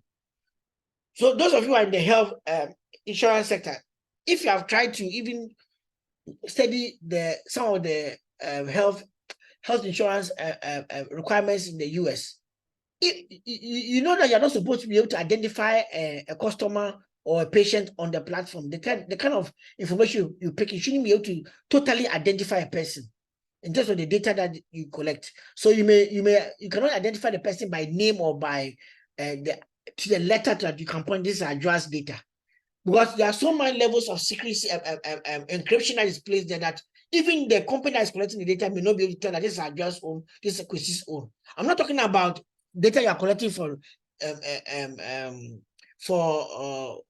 diagnosis. I'm talking about data that you have to use to do analytics and make informative decisions to help an organization. If you're going to share the information, you have to anonymize all the data so you cannot identify any person in it. I remember there was a time that I was working in Uganda, and then we're looking at, I think, either MTN or Airtel, I think Zain at that time. And we're looking at data like that, where we're trying to understand the customer data that was coming in terms of what we're a particular service we are deployed. We are deployed a text-to-me platform for people to be able to inquire about HIV/AIDS. But what we're trying to do is that when a person sends a text in, then it comes in, we who are receiving the data, we shouldn't be able to tell that the text came from Kwesi. So what happened was that the data of what you are requesting will come to us, that X number of people are requested for this, but the phone number that will be listed will be hashed, and that will stay with the mobile phone company. So the mobile phone company too doesn't receive the data on whether maybe Kojo Kampala asks for maybe HIV test 3 times in a week or 4 times a week. So you cannot know the person, what the person requested for. I cannot know who is requesting. So you, the telco, you just have information that this guy requested, went to the system 3 times. What he requested, you don't know.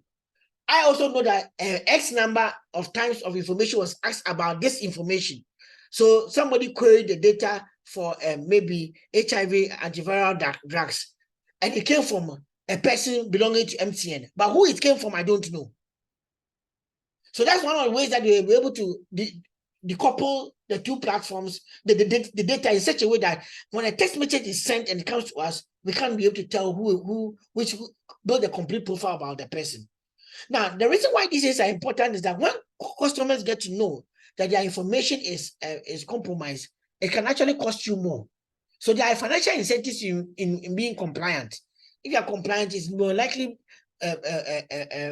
place your company into gaining more trust from consumers. Okay. Now, most of in terms of the top 6 data security challenges that businesses are facing are these, starting from number 1. from below 25% of the firm said that aligning regulatory compliance requirements with my organization's cloud strategy, with those who are facing that challenge, is 25%. Identifying that when data access is via stolen credentials.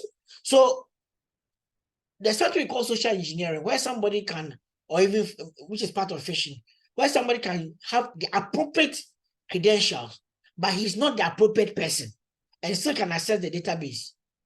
So in case I am able to pick somebody's information, like Bintu's information, I can log into the University of Ghana system and then start looking at Bintu's details. This is her transcript. What did she get in this? What did she get in that?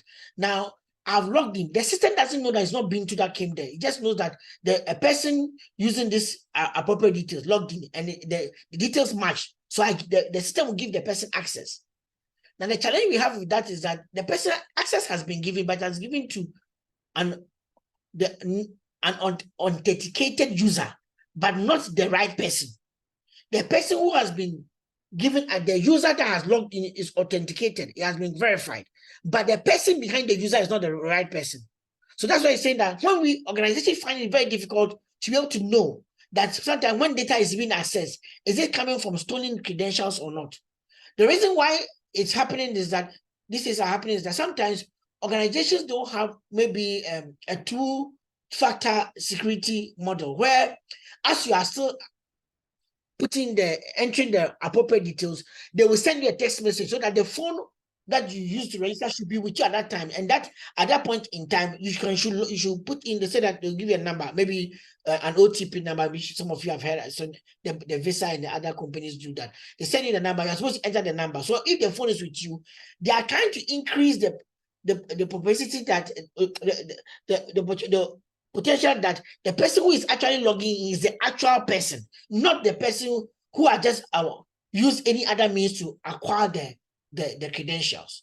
Now, number 3, trusting employees to follow organizations and our organization's data usage policy. This is what happened in Equifax. They thought the employees will follow what had been recommended, but they didn't follow. And that's one challenge that we see, 29%. Discovering and classifying personally identifiable information to address data privacy concerns and comply with regulatory requirements. If you're not able to even know that, then how can you even discover? That's 30%. Employees signing up cloud applications services without approval. We call this shadow IT. Shadow IT happens when employees now sign up on applications that you, the IT head, have not approved them to use. And some of you are I believe that some of you can be seen that some of you may have are part of those who have been going against organizations, some of the organizations in this particular scenario. We call that shadow IT. When an employee of the organization is using an application that has not been approved by IT and is using it for official purposes. So your IT has not passed, your IT department has not passed that you can use this software, have not passed that you can use it, but you are now using it for official communication, official engagements. That's one thing that 32% talked about that. Then the last one, detecting data breaches in real time, 38%. That they are hacking you in real time, they are stealing from you in real time. This one, I think Equifax couldn't even capture it. I wonder how many companies now can do so. Because of the way data is and the fact that the consumer himself, the consumer today is becoming increasingly sophisticated, it's very difficult for sometimes employers or company owners to be able to even identify that their systems are being compromised. Because sometimes they want to enhance experience of the customer, but they don't realize that in enhancing the experience of the customer, you also open yourself for some vulnerabilities if you don't have the appropriate safeguards in place. Anybody having a question on that one? Anybody? Okay. So now let's come back to, so what then is data security and what then is data privacy?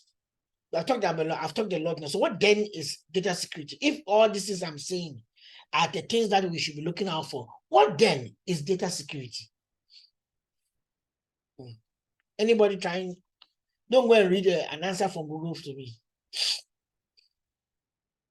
What then is data security?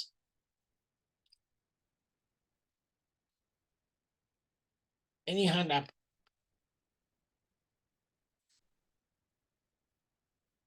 Maxwell, yes, go ahead.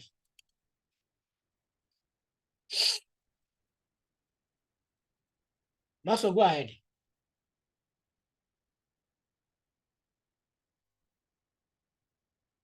Oh, Maxwell, go ahead. We can't hear him, or you can't mute him. Obed, can you unmute him? Or he's not muted. Oh, I think he may have issues with his microphone. Okay. Any other person? What then is data security? Okay. My friends are tired now, so they are not responding. Yes, please. Please, can I? Yes, you can. Okay, can we say that data security is more of like measures being put in place by the company to prevent outsiders getting access to their data? Is it outsiders only? Sometimes what about insiders who are not appropriate? Okay, like authorized people to get access to the data. Okay. I can see one hand there. Maryland, Samia. Maryland. Oh, hi, sorry. All right, so I would say they are more like measures taken in place to safeguard or to protect information from going out. Okay. Yeah.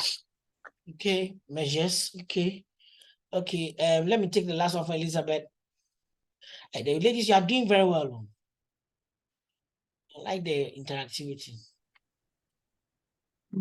I would say that in data security, with them as the systems that are put in place to prevent unauthorized access and to ensure proper utilization of sensitive data. Proper utilization of the data, okay, and prevent access. Okay, Emmanuel. I think the ladies have said much. Just as she said, data should be able to making sure that the data gets to authorized persons for their use. Yeah. Making sure that the data gets to them. Is that not data transfer? No, so the data should be available to the authorized persons. Okay, the data should be available to when they request for it. Okay. Now let's look at a number of definitions, and then we can come up with our own definition. Usually that's how we learn in this environment. Okay. So first of all, can we get Seth or anybody to read? Anybody, maybe a lady to read for us? I have a number of definitions I'm going to go through. Can I read this one? My raise your hand function is not working very well. Go ahead, Abigail. Defining data security, IBM. Data security is the practice of keeping digital information safe from being changed, stolen, or accessed by people who shouldn't be able to. That's a very, very simple. Interesting. I like the way it's safe from being changed, stolen, and accessed from people. So this was not about whether you're an organization or not.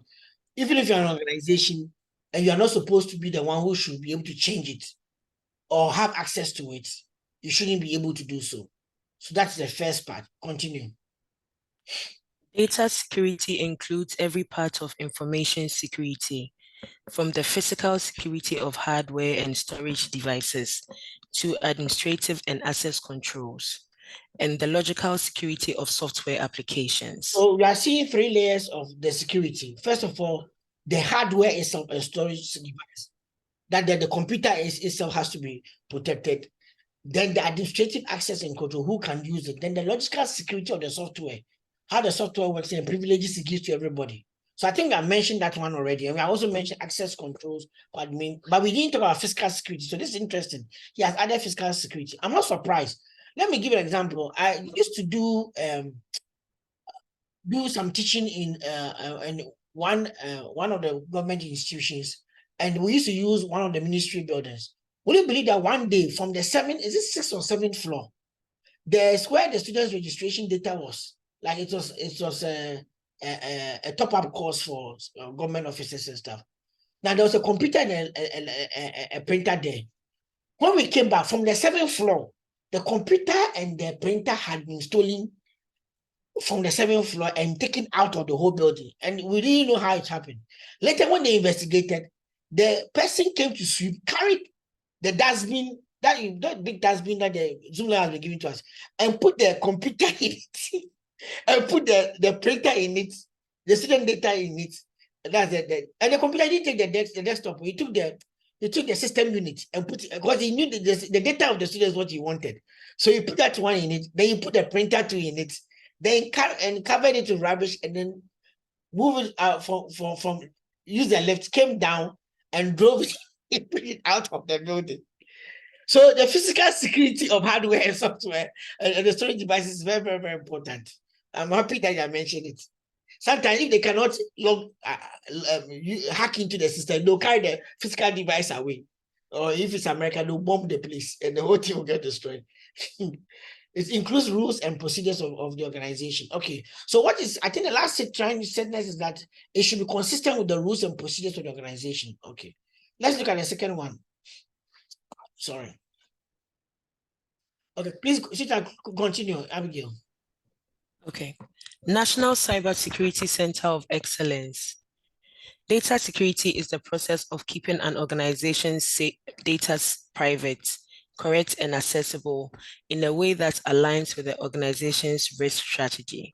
Now, if you realize this one is a little bit compares well with the other IBM in terms of aligning with the organization's rules and procedures. So this one should be aligned with the organization's risk and strategy. Number two, what I find very interesting here is the word correct. So your data being correct. Can anybody help me? What are they trying to say? Being correct? Or is it the same thing as not being changed?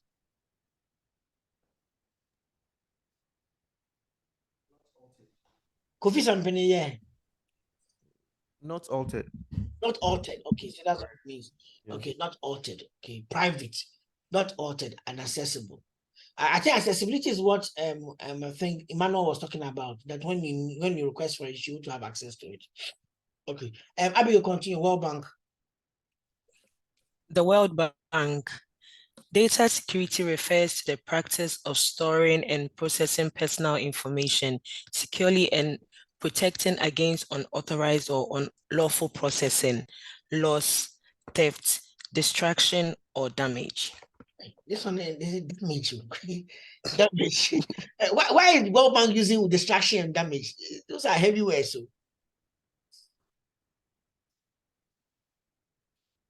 Distraction and damage. I was talking about American bombing and they distraction and damage. You know, in Ghana, people have been saying that their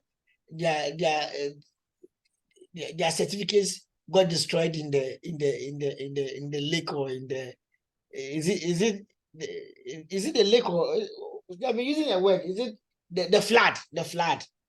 So this will prevent the thing from being damaged and distracted. Yeah, somebody's hand is up to help. Elizabeth. I have a question. Oh, we are asking you a question. You asked us a question. Okay, go ahead with your question. Okay, I can answer that question too. I think with the distraction and damage, maybe it would be like the physical security we're talking about in the IBM definition. Okay. Yes, sir. And then my question would be about the correct that is used in the National Cybersecurity Center of Excellence. Okay. Is it possible that the correct may be referring to false data that can be included or uploaded into an organization's database? Okay, that's a very, very good question. Okay, there's something we call the principles of data. In terms of data itself, you have a completeness of data, accuracy of data, reliability of data, timeliness of data, and appropriateness of data. We call it the Carter model, CARTA. Completeness of data. So sometimes data can be given to you, but it's not complete. You know, the thing says page 3, page 1 of 3, page 2 of 3, and page 3 of 3. Then the page 3 of 3 is not there. The data is not complete. Then appropriateness, accuracy of the data. That's maybe where we think that the data, all the 3 pages are there, but the data is not accurate. Then there's also reliability of the data. The data has been given to us, but it doesn't come from a reliable source. The person who signed underneath is not the MD. It is the deputy who signed. I'm not sure whether he has got authority to sign on it. So it's not reliable, even though the data looks complete and is accurate, but it's reliable. Then there's timeliness. It is complete, it is accurate, it's reliable, but it didn't come on time. So the decision has been taken already.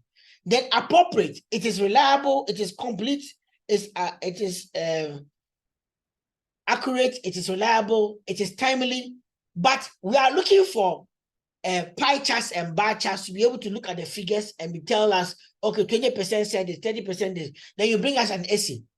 So we should read through the thing and try to identify how many people said yes, how many people said no. It means that at that point in time, the data itself is not appropriate format. So like an accountant may require for the data is very different from how maybe a non-accountant may be requesting the data in the format that you should give it to the non-accountant. So sometimes we have the completeness of the data, accuracy of the data, reliability of the data, the timeliness of the data, and then the appropriateness of the data. So if you're asking me about correct, it can be even in these 5 dimensions, apart from the fact that it has been changed. Does that answer your question? Yes, sir, it does. Thank you very much. Okay, but I don't think you saw something. There's something that the World Bank said, unlawful processing. Unlawful processing. That means that the information is there, but you are not authorized or being given the authority to process that data. So you don't secure just the data is be on the computer, but prevent people from unlawfully processing the data. That's interesting. Okay, Abigail. Oracle. Data security encompasses the various safeguards implemented to prevent data from unauthorized access and to uphold the principles of data confidentiality, integrity, and availability. Data security best practices encompass a range of approaches aimed at safeguarding data, including but not limited to data encryption, key management, data reduction, data subsetting, and data masking. Privileged user access controls, auditing, and monitoring are crucial in ensuring data protection. Oracle 2023. Yeah, Oracle has said a lot of things here. But one of the things I just want to highlight is the fact that they emphasize on the principle of data. That's confidentiality, data security, that's confidentiality, integrity, and availability. These are some of the things we'll be talking about in later sessions of our course. But confidentiality is one, the data being confidential, like I mentioned, as reliable, integrity, and availability. Somebody said accessibility, about availability. Okay, then the last one. Corporate Finance Institute. Data security is a fundamental practice that encompasses safeguarding digital information from unauthorized access, corruption, distraction, alteration, theft, or exposure. Okay, the data security process. Hold on for us. What's the difference between corruption of the data and alteration of the data?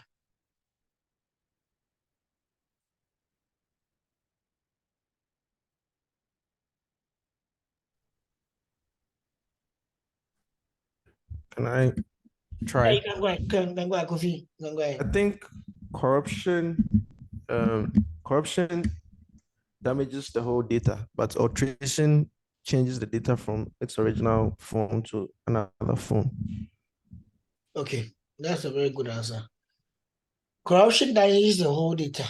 What about the distraction? it may even damage the storage system for the data. Oh, yeah, Godfrey Amati. Yeah, thank you. Yeah, so I think the data corruption is maybe an unwanted change done to the data or the file. But with the data alteration, you are taking a part of it away without adding extra to that particular file or data. Okay. Okay, that's you said the alteration is taking a part of it away. And then yes, please. Okay. Richard, you had another view. Okay. So I think alteration changes the meaning of the data. Thank you. And corruption makes the data inaccessible. Thank you. Actually, you have just taken my words. So what is about inaccessibility, which means that the data has been made unavailable to somebody. And then alteration means that you may give us a different meaning. Okay. Now, Abigail, please continue. That very, very good points, guys. But you see, all of you were saying similar things, but maybe the final answer made it easier for us to just capture their succinct enough to get the differences. Can you continue, Madam? The data security process comprises a range of techniques and technologies, including the safeguarding of physical hardware, such as storage devices, the implementation of logical security measures for software applications, the establishment of administrative and access controls, adherence to organizational policy standards, and the adoption of various data security practices. Okay, I think here you are also seeing the issues about software applications, issues about physical hardware, administrative access, and then adherence to organizational policy, which was also emphasized in the other ones. Now, comparing the definitions, let's look at the scope. Okay, can you continue? Scope of definitions. So yeah, scope of definition. Yeah. Okay. Scope of definition, IBM. IBM focuses on the practice of keeping digital information safe, emphasizing every facet of information security, including physical, logical, administrative controls, and organizational procedures. National Cybersecurity Center of Excellence gives a concise definition, stressing data privacy, accuracy, accessibility, and alignment with organizational risk. Corporate Finance Institute provides a comprehensive explanation, emphasizing on safeguarding against multiple threats and outlining various techniques and technologies. The World Bank specifically mentions the protection of personal information and outlines potential risk. Oracle focuses on the principles of confidentiality, integrity, and availability, and discusses various best practices to ensure data protection. Okay. That's very, very good. Now let's look at components of security of the data security definitions. Both IBM, can you continue? Both IBM. Oh, Abigail is gone off. Okay. Sorry, I'm here. Sorry. Both IBM and Corporate Finance Institute address the physical security of hardware and storage devices and the logical security of software applications.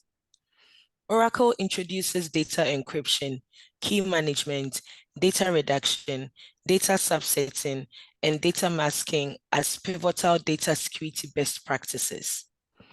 National Cybersecurity Center of Excellence uniquely centers its definition on alignment with organizations' risk strategy.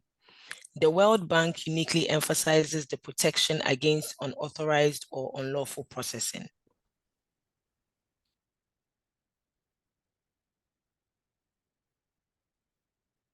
Okay, then the last one.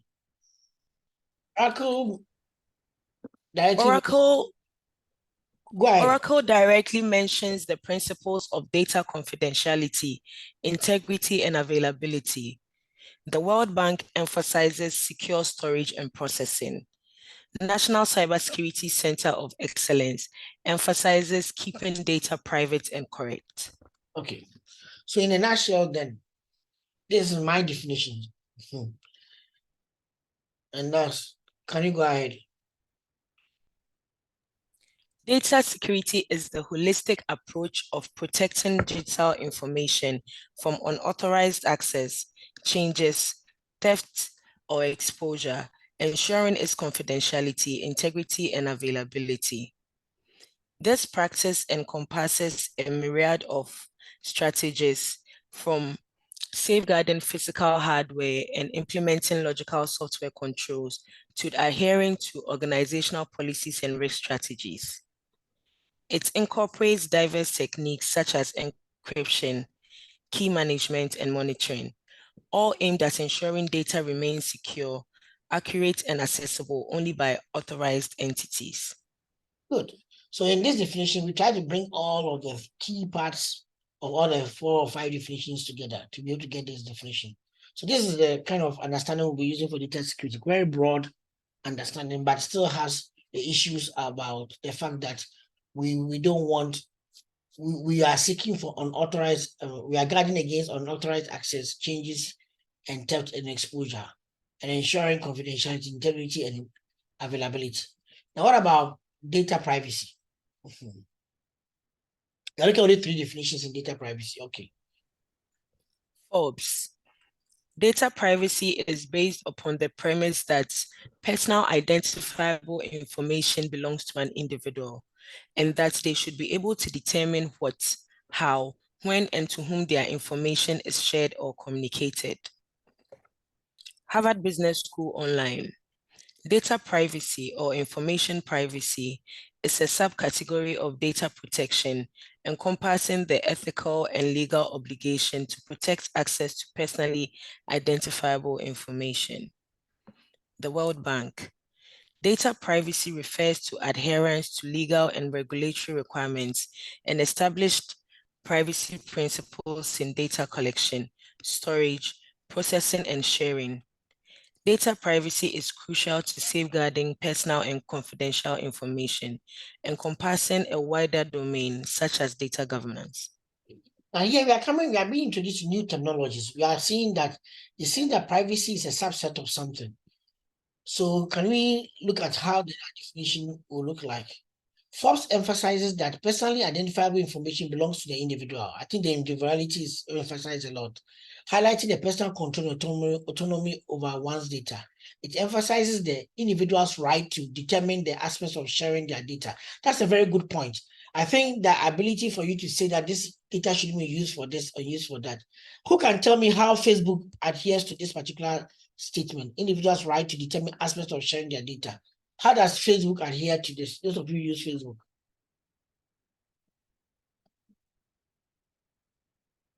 Hey, I don't know, nobody uses Facebook here.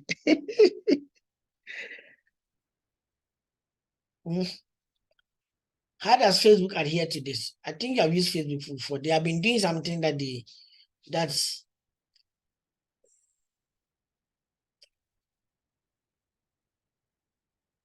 Manuel and Co. You don't use Haze. You don't use Facebook. Oh, now you people are TikTok people. Okay, how does TikTok enforce this? I don't know whether TikTok enforces that. Emphasizes the individual right to determine aspects of sharing their data. Which of the platform does this? Hello? I think with Facebook, you can decide whether your email address is said in the sign up that your email address is not shared with the general public. So your phone number, email address, date of birth are private information that only you can access when you go on the page, but someone coming on the page cannot access that information. Okay, and I also think that it happens with sharing of even some of your information on your profile. You can actually also block people from coming onto your, I don't know whether they can block people from your page, but you can prevent people from becoming your friend. Or yes. I think Facebook gives a number of options when it comes to that. The number of people who can even see the content you post. Okay. And what you respond to. They give options of whether I should go public or to some specific people or some contacts or not. So then sometimes even what you share, you have the options to, segregate who gets what, when, and how. Okay. So both the Harvard Business School Online and the World Bank directly, neither do they directly emphasize the individual-centric perspective of control, but they touch on the protection of personal data. So what we are trying to see here is that I think data privacy is more about personalization, individual data or personal data, and it being secure and private, and you having the choice of who you want to give it to. So scope as classification. Harvard Business School Online describes data privacy as a subcategory of data protection, highlighting the ethical and legal obligation specifically towards personally identifiable information. So, please just take notice of PII. It's something that we will come across a lot. Personally identifiable information, PII. This particular word here. Personally identifiable information. PII. Just take note of that because you'll come across it a number of times. This one. Oh, sorry. Okay. I wanted to highlight what you see. Boateng extends its definition by highlighting data privacy with data governance. That's emphasizing not only the protection, but also the systematic management of data. FOB does not explicitly classify data privacy within a larger concept, but keeps the definition grounded in the premise of personal data ownership. So it seems that there are interrelationship of data privacy with data governance and then information security. It was being said here. Okay, both Harvard Business School and online and the World Bank emphasize the ethical and legal obligation related to data privacy. The World Bank further extends its focus on adherence to legal and regulatory requirements and established principles throughout the life cycle of data handling.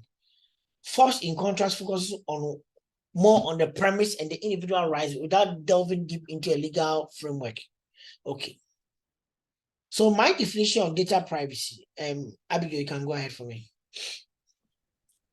Data privacy is the ethical and legal commitment to safeguarding personally identifiable information, grounded in the belief that such information inherently belongs to the individual. Good. It recognizes an individual's right to control, determine and restrict how, when and with whom their data is shared or communicated. Data privacy encompasses the adherence to established legal, regulatory, and the ethical frameworks during the collection. Sorry, let me take that again. Data privacy encompasses the adherence of established legal, regulatory, and ethical frameworks within the collection, storage, processing, and dissemination of data, serving as a pivotal aspect of broader data governance and protection practices. Okay. So what we are hearing here is, what we are actually seeing here is the interrelationship between some of the technologies. Two things we can see that there are words like data security, data privacy, then governance, protection, and information security. So what are the relationships and what are the differences? What then is this whole data we have been talking about for the last 2 hours? Okay, so what is data? What is data? Those of you who say we work in IT roles before you came here. Godfrey, what is data?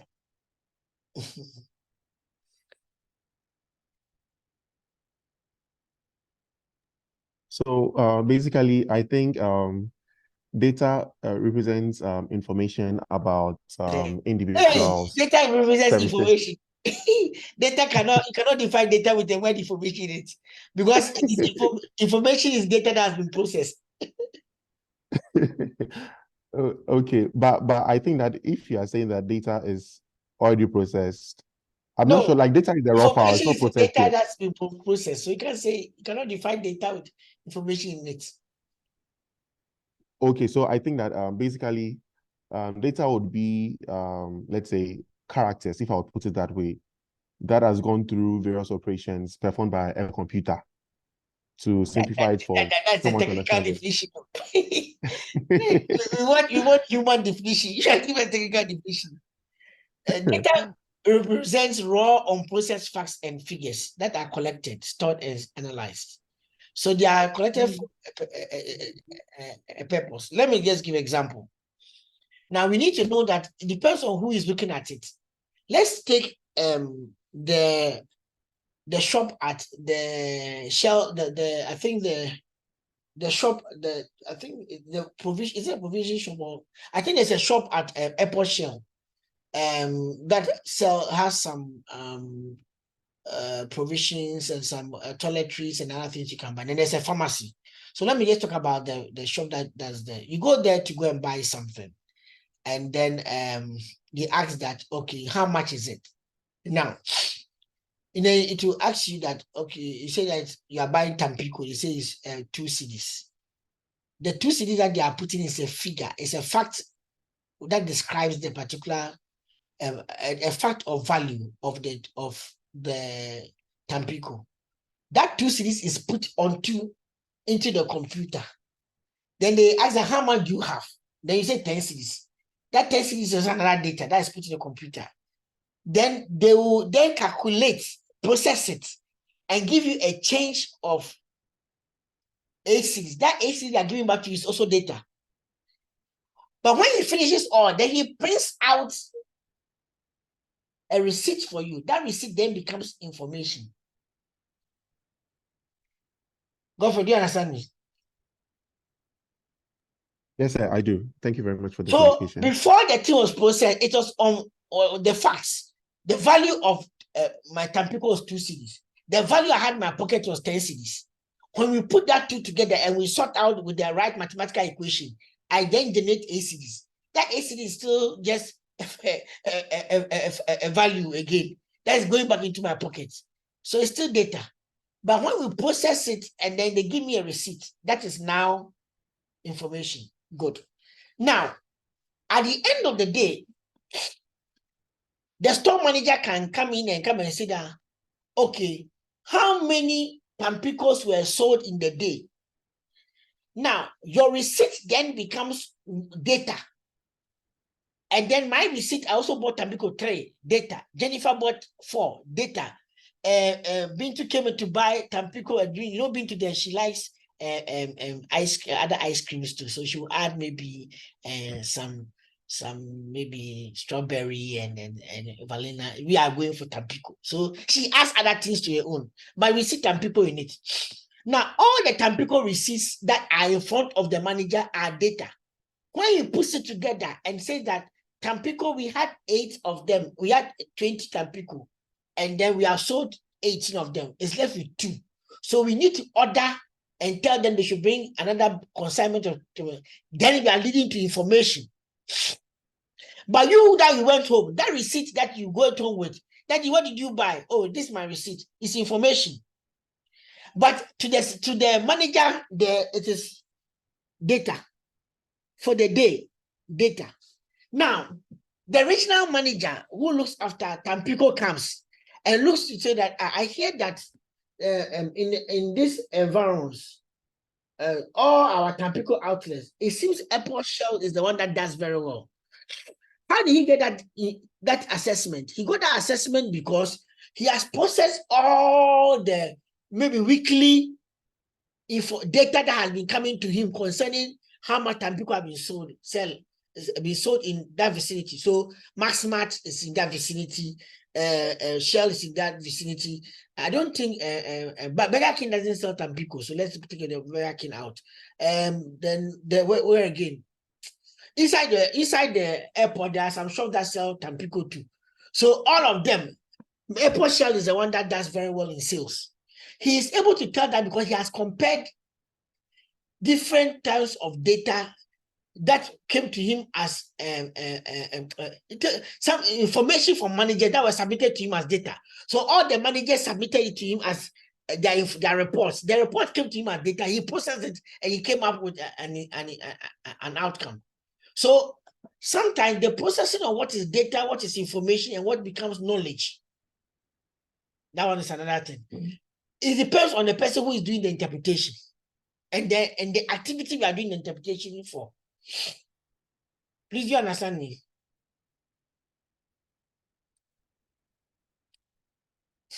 Okay, thank you very much. Godfrey says understands. The rest of the class, I hope you understand. Elaine and Maryland. Okay.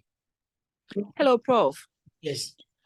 So can we say that one's data can be another person's information? Yes. For example,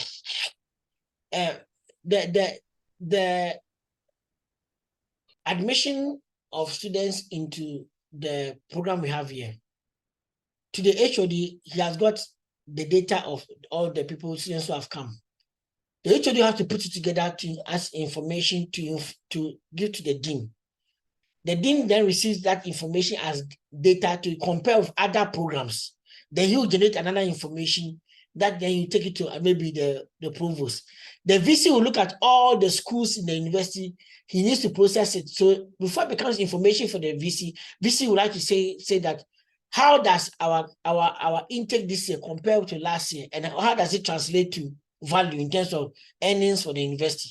So what the VC will be seen as information will be very, very different. And that means that several data has been processed. So somebody at one level, it was data, it became to another level, became information. Then it went to another level, became data again, then went to information. Your interpretation of what is raw on process, it depends on what you are going to also use it for. Do you understand what I'm trying to say? If I carry the student the information here that out of the cohort we have here, 8 are female and then 15 are male. If I go and give it to the president of the US, it's noise. He doesn't even need it. You call it, it's even beyond noise. It's noise 3 times squared. Because what that's of no relevance to him. Even the president of Ghana is of no relevance to him. So you see it as noise. He doesn't need that. But if you come and give it to number of students who are enrolled on our program, who also applied to go and do a BA in analytics in the US university, and then they got admission, but they didn't get scholarship, and hence they came here, that may become some type of data or information to depend on the decision he's taking. Do you understand me now?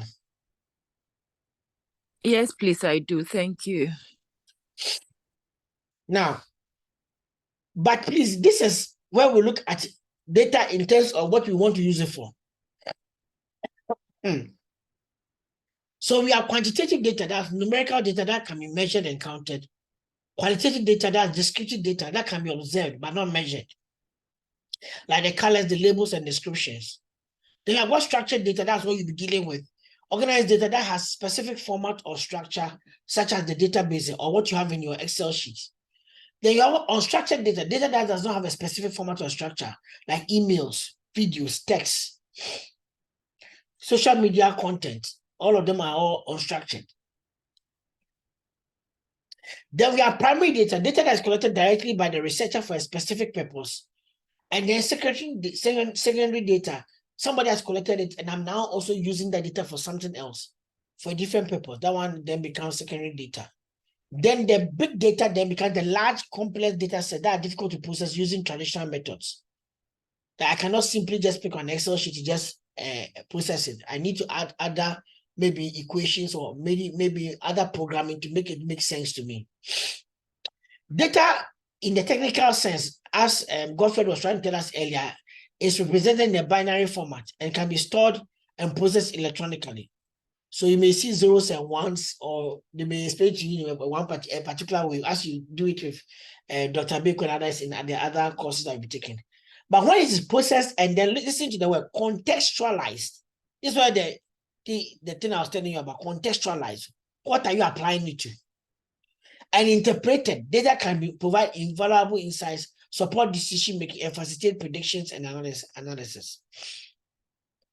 So that's where our data definition ends. But what about the rest? Data security, data privacy, data governance, data protection. So now let's look at the relationship. Okay, so data security definition. Abigail, are you there? Yes, I'm here. The practice of safeguarding digital data from unauthorized access, alteration, or theft. It focuses on both technical measures like encryption and procedural measures like access controls to protect data from breaches or attacks. Okay, so somebody can add that it also includes policy measures, like aligning it to the organization's risk assessment or the organizational rules. So they can be technical measures, they can procedural, and they can be also policy measures. Okay, let's continue. Relationship. Data security is a component of information security that specifically deals with data in contrast to other information assets. Okay. It's foundational to data privacy because without security, privacy can't be assured. It's also part of the broader data governance framework. We are going there. You see that the words are coming back to the I want to try to demystify the relationship between. So let's continue. Let's build it gradually. Now go to privacy. Data privacy definition concerns the way personal data is handled, processed, and stored, ensuring that individuals retain ownership and control over their personal information. It's about the rights of individuals and ensuring that their personal data is not accessed or shared without their consent. Relationship. While data security provides the means to protect data, data privacy is concerned with the proper handling of data according to the relevant laws and ethical standards. You can have security without privacy. Example, data may be saved from hackers but used inappropriately by the organization that owns it. But you cannot have privacy without security. Thank you very much. Now you see the relationship here. Is it clear?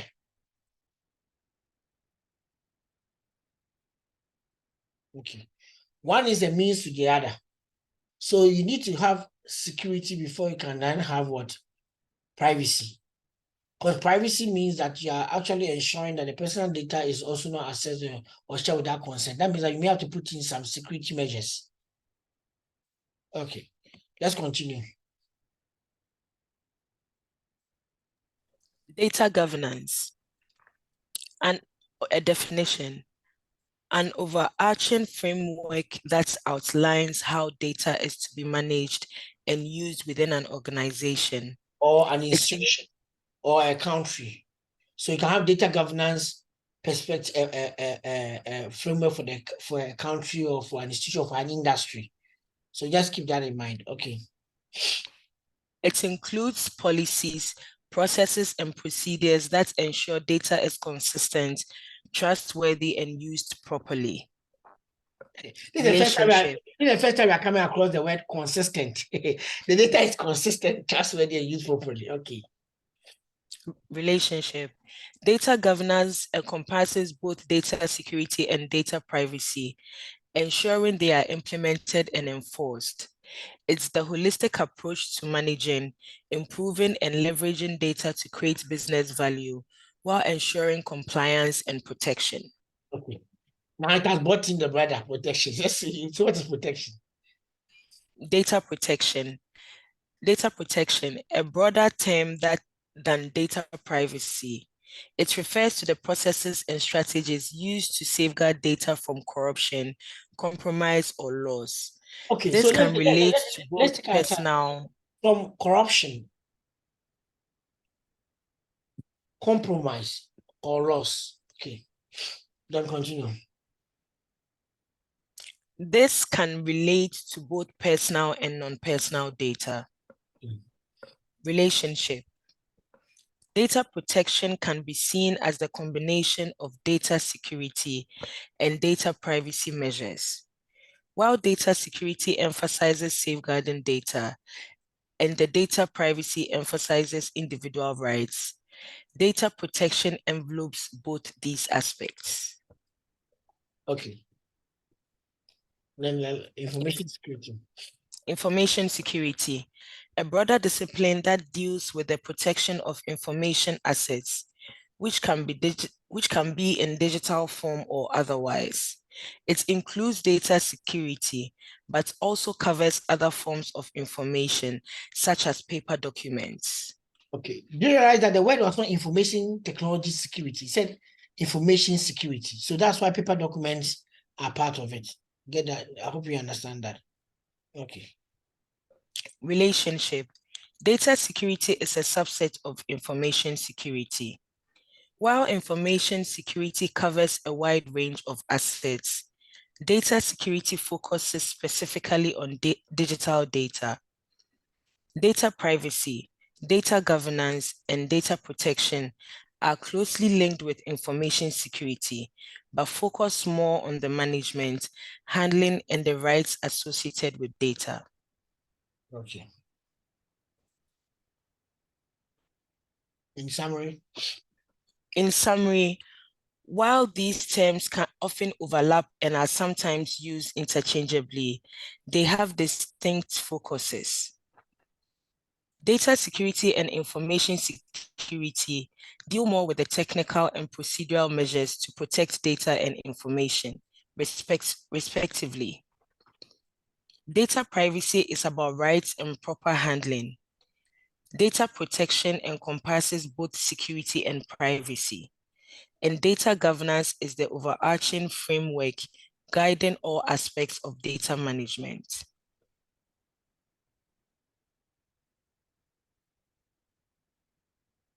Perfect. So this is our last point that we wanted to arrive at.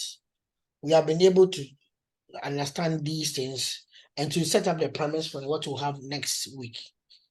Now we appreciate that there's data security and data information security, which are more technical and procedural to protect data and information. Data privacy is more about the rights and proper handling, especially of individual and personal data. And then data protection brings both security and privacy into a particular space or a legal framework or an ethical framework. While data governance is not just about that, it covers every single thing that we are doing about the data. From the way we collect it, from the way we process or handle it, and the way we disseminate it, all of them goes under data management. So thank you very, very, very much. Do you have any questions?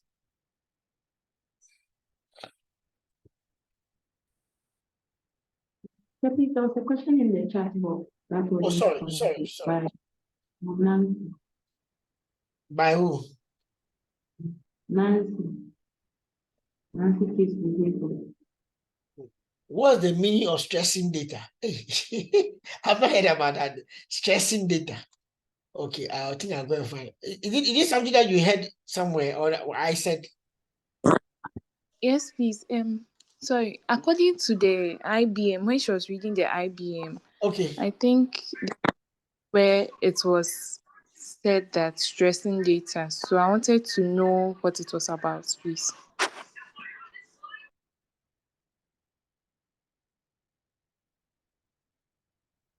Okay.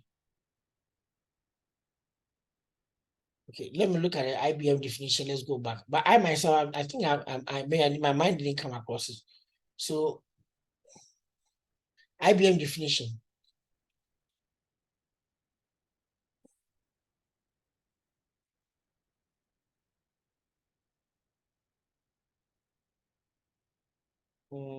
Is it this one?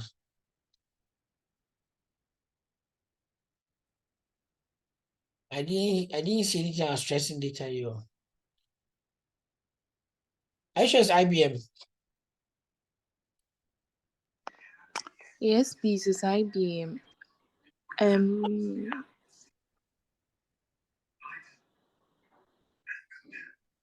It's IBM. I don't see stressing data here.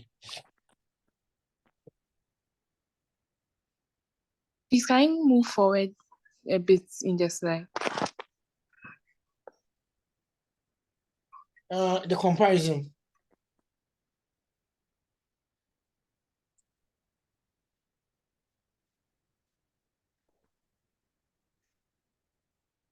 No, there's no stressing of data here. Unless maybe you saw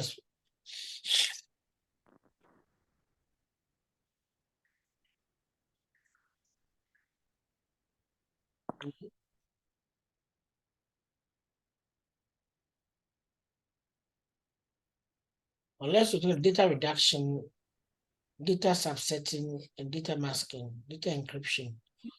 No. No, please, I just saw it as ahead under some national subtopic. This one? No.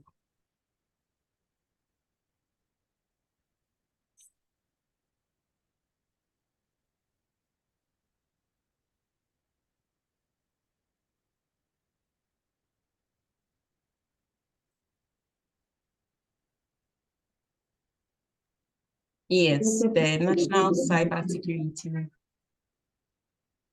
Oh, no, it's emphasizing. Gives a concise definition, stressing data, emphasizing data privacy. The word is emphasizing. So do you understand what I'm trying to say?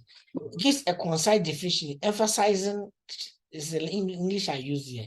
I should have used emphasizing. I use stressing. Do you understand it? Yes, please. Hey, there are people from FBI here. I like your attention to detail. I didn't even realize it myself. Thank you very much. Okay, any other question? In your two.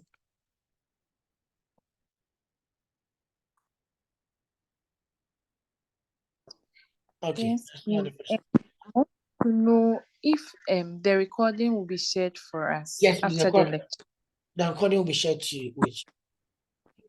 The recording will share with you. Yes. With the slides too. Yes, please. Thank Slides you. will come first. The recording will come maybe hopefully by tomorrow. Okay. Thank you so much. Thank you very, very much. Oba, do you have anything to do? Any class stuff?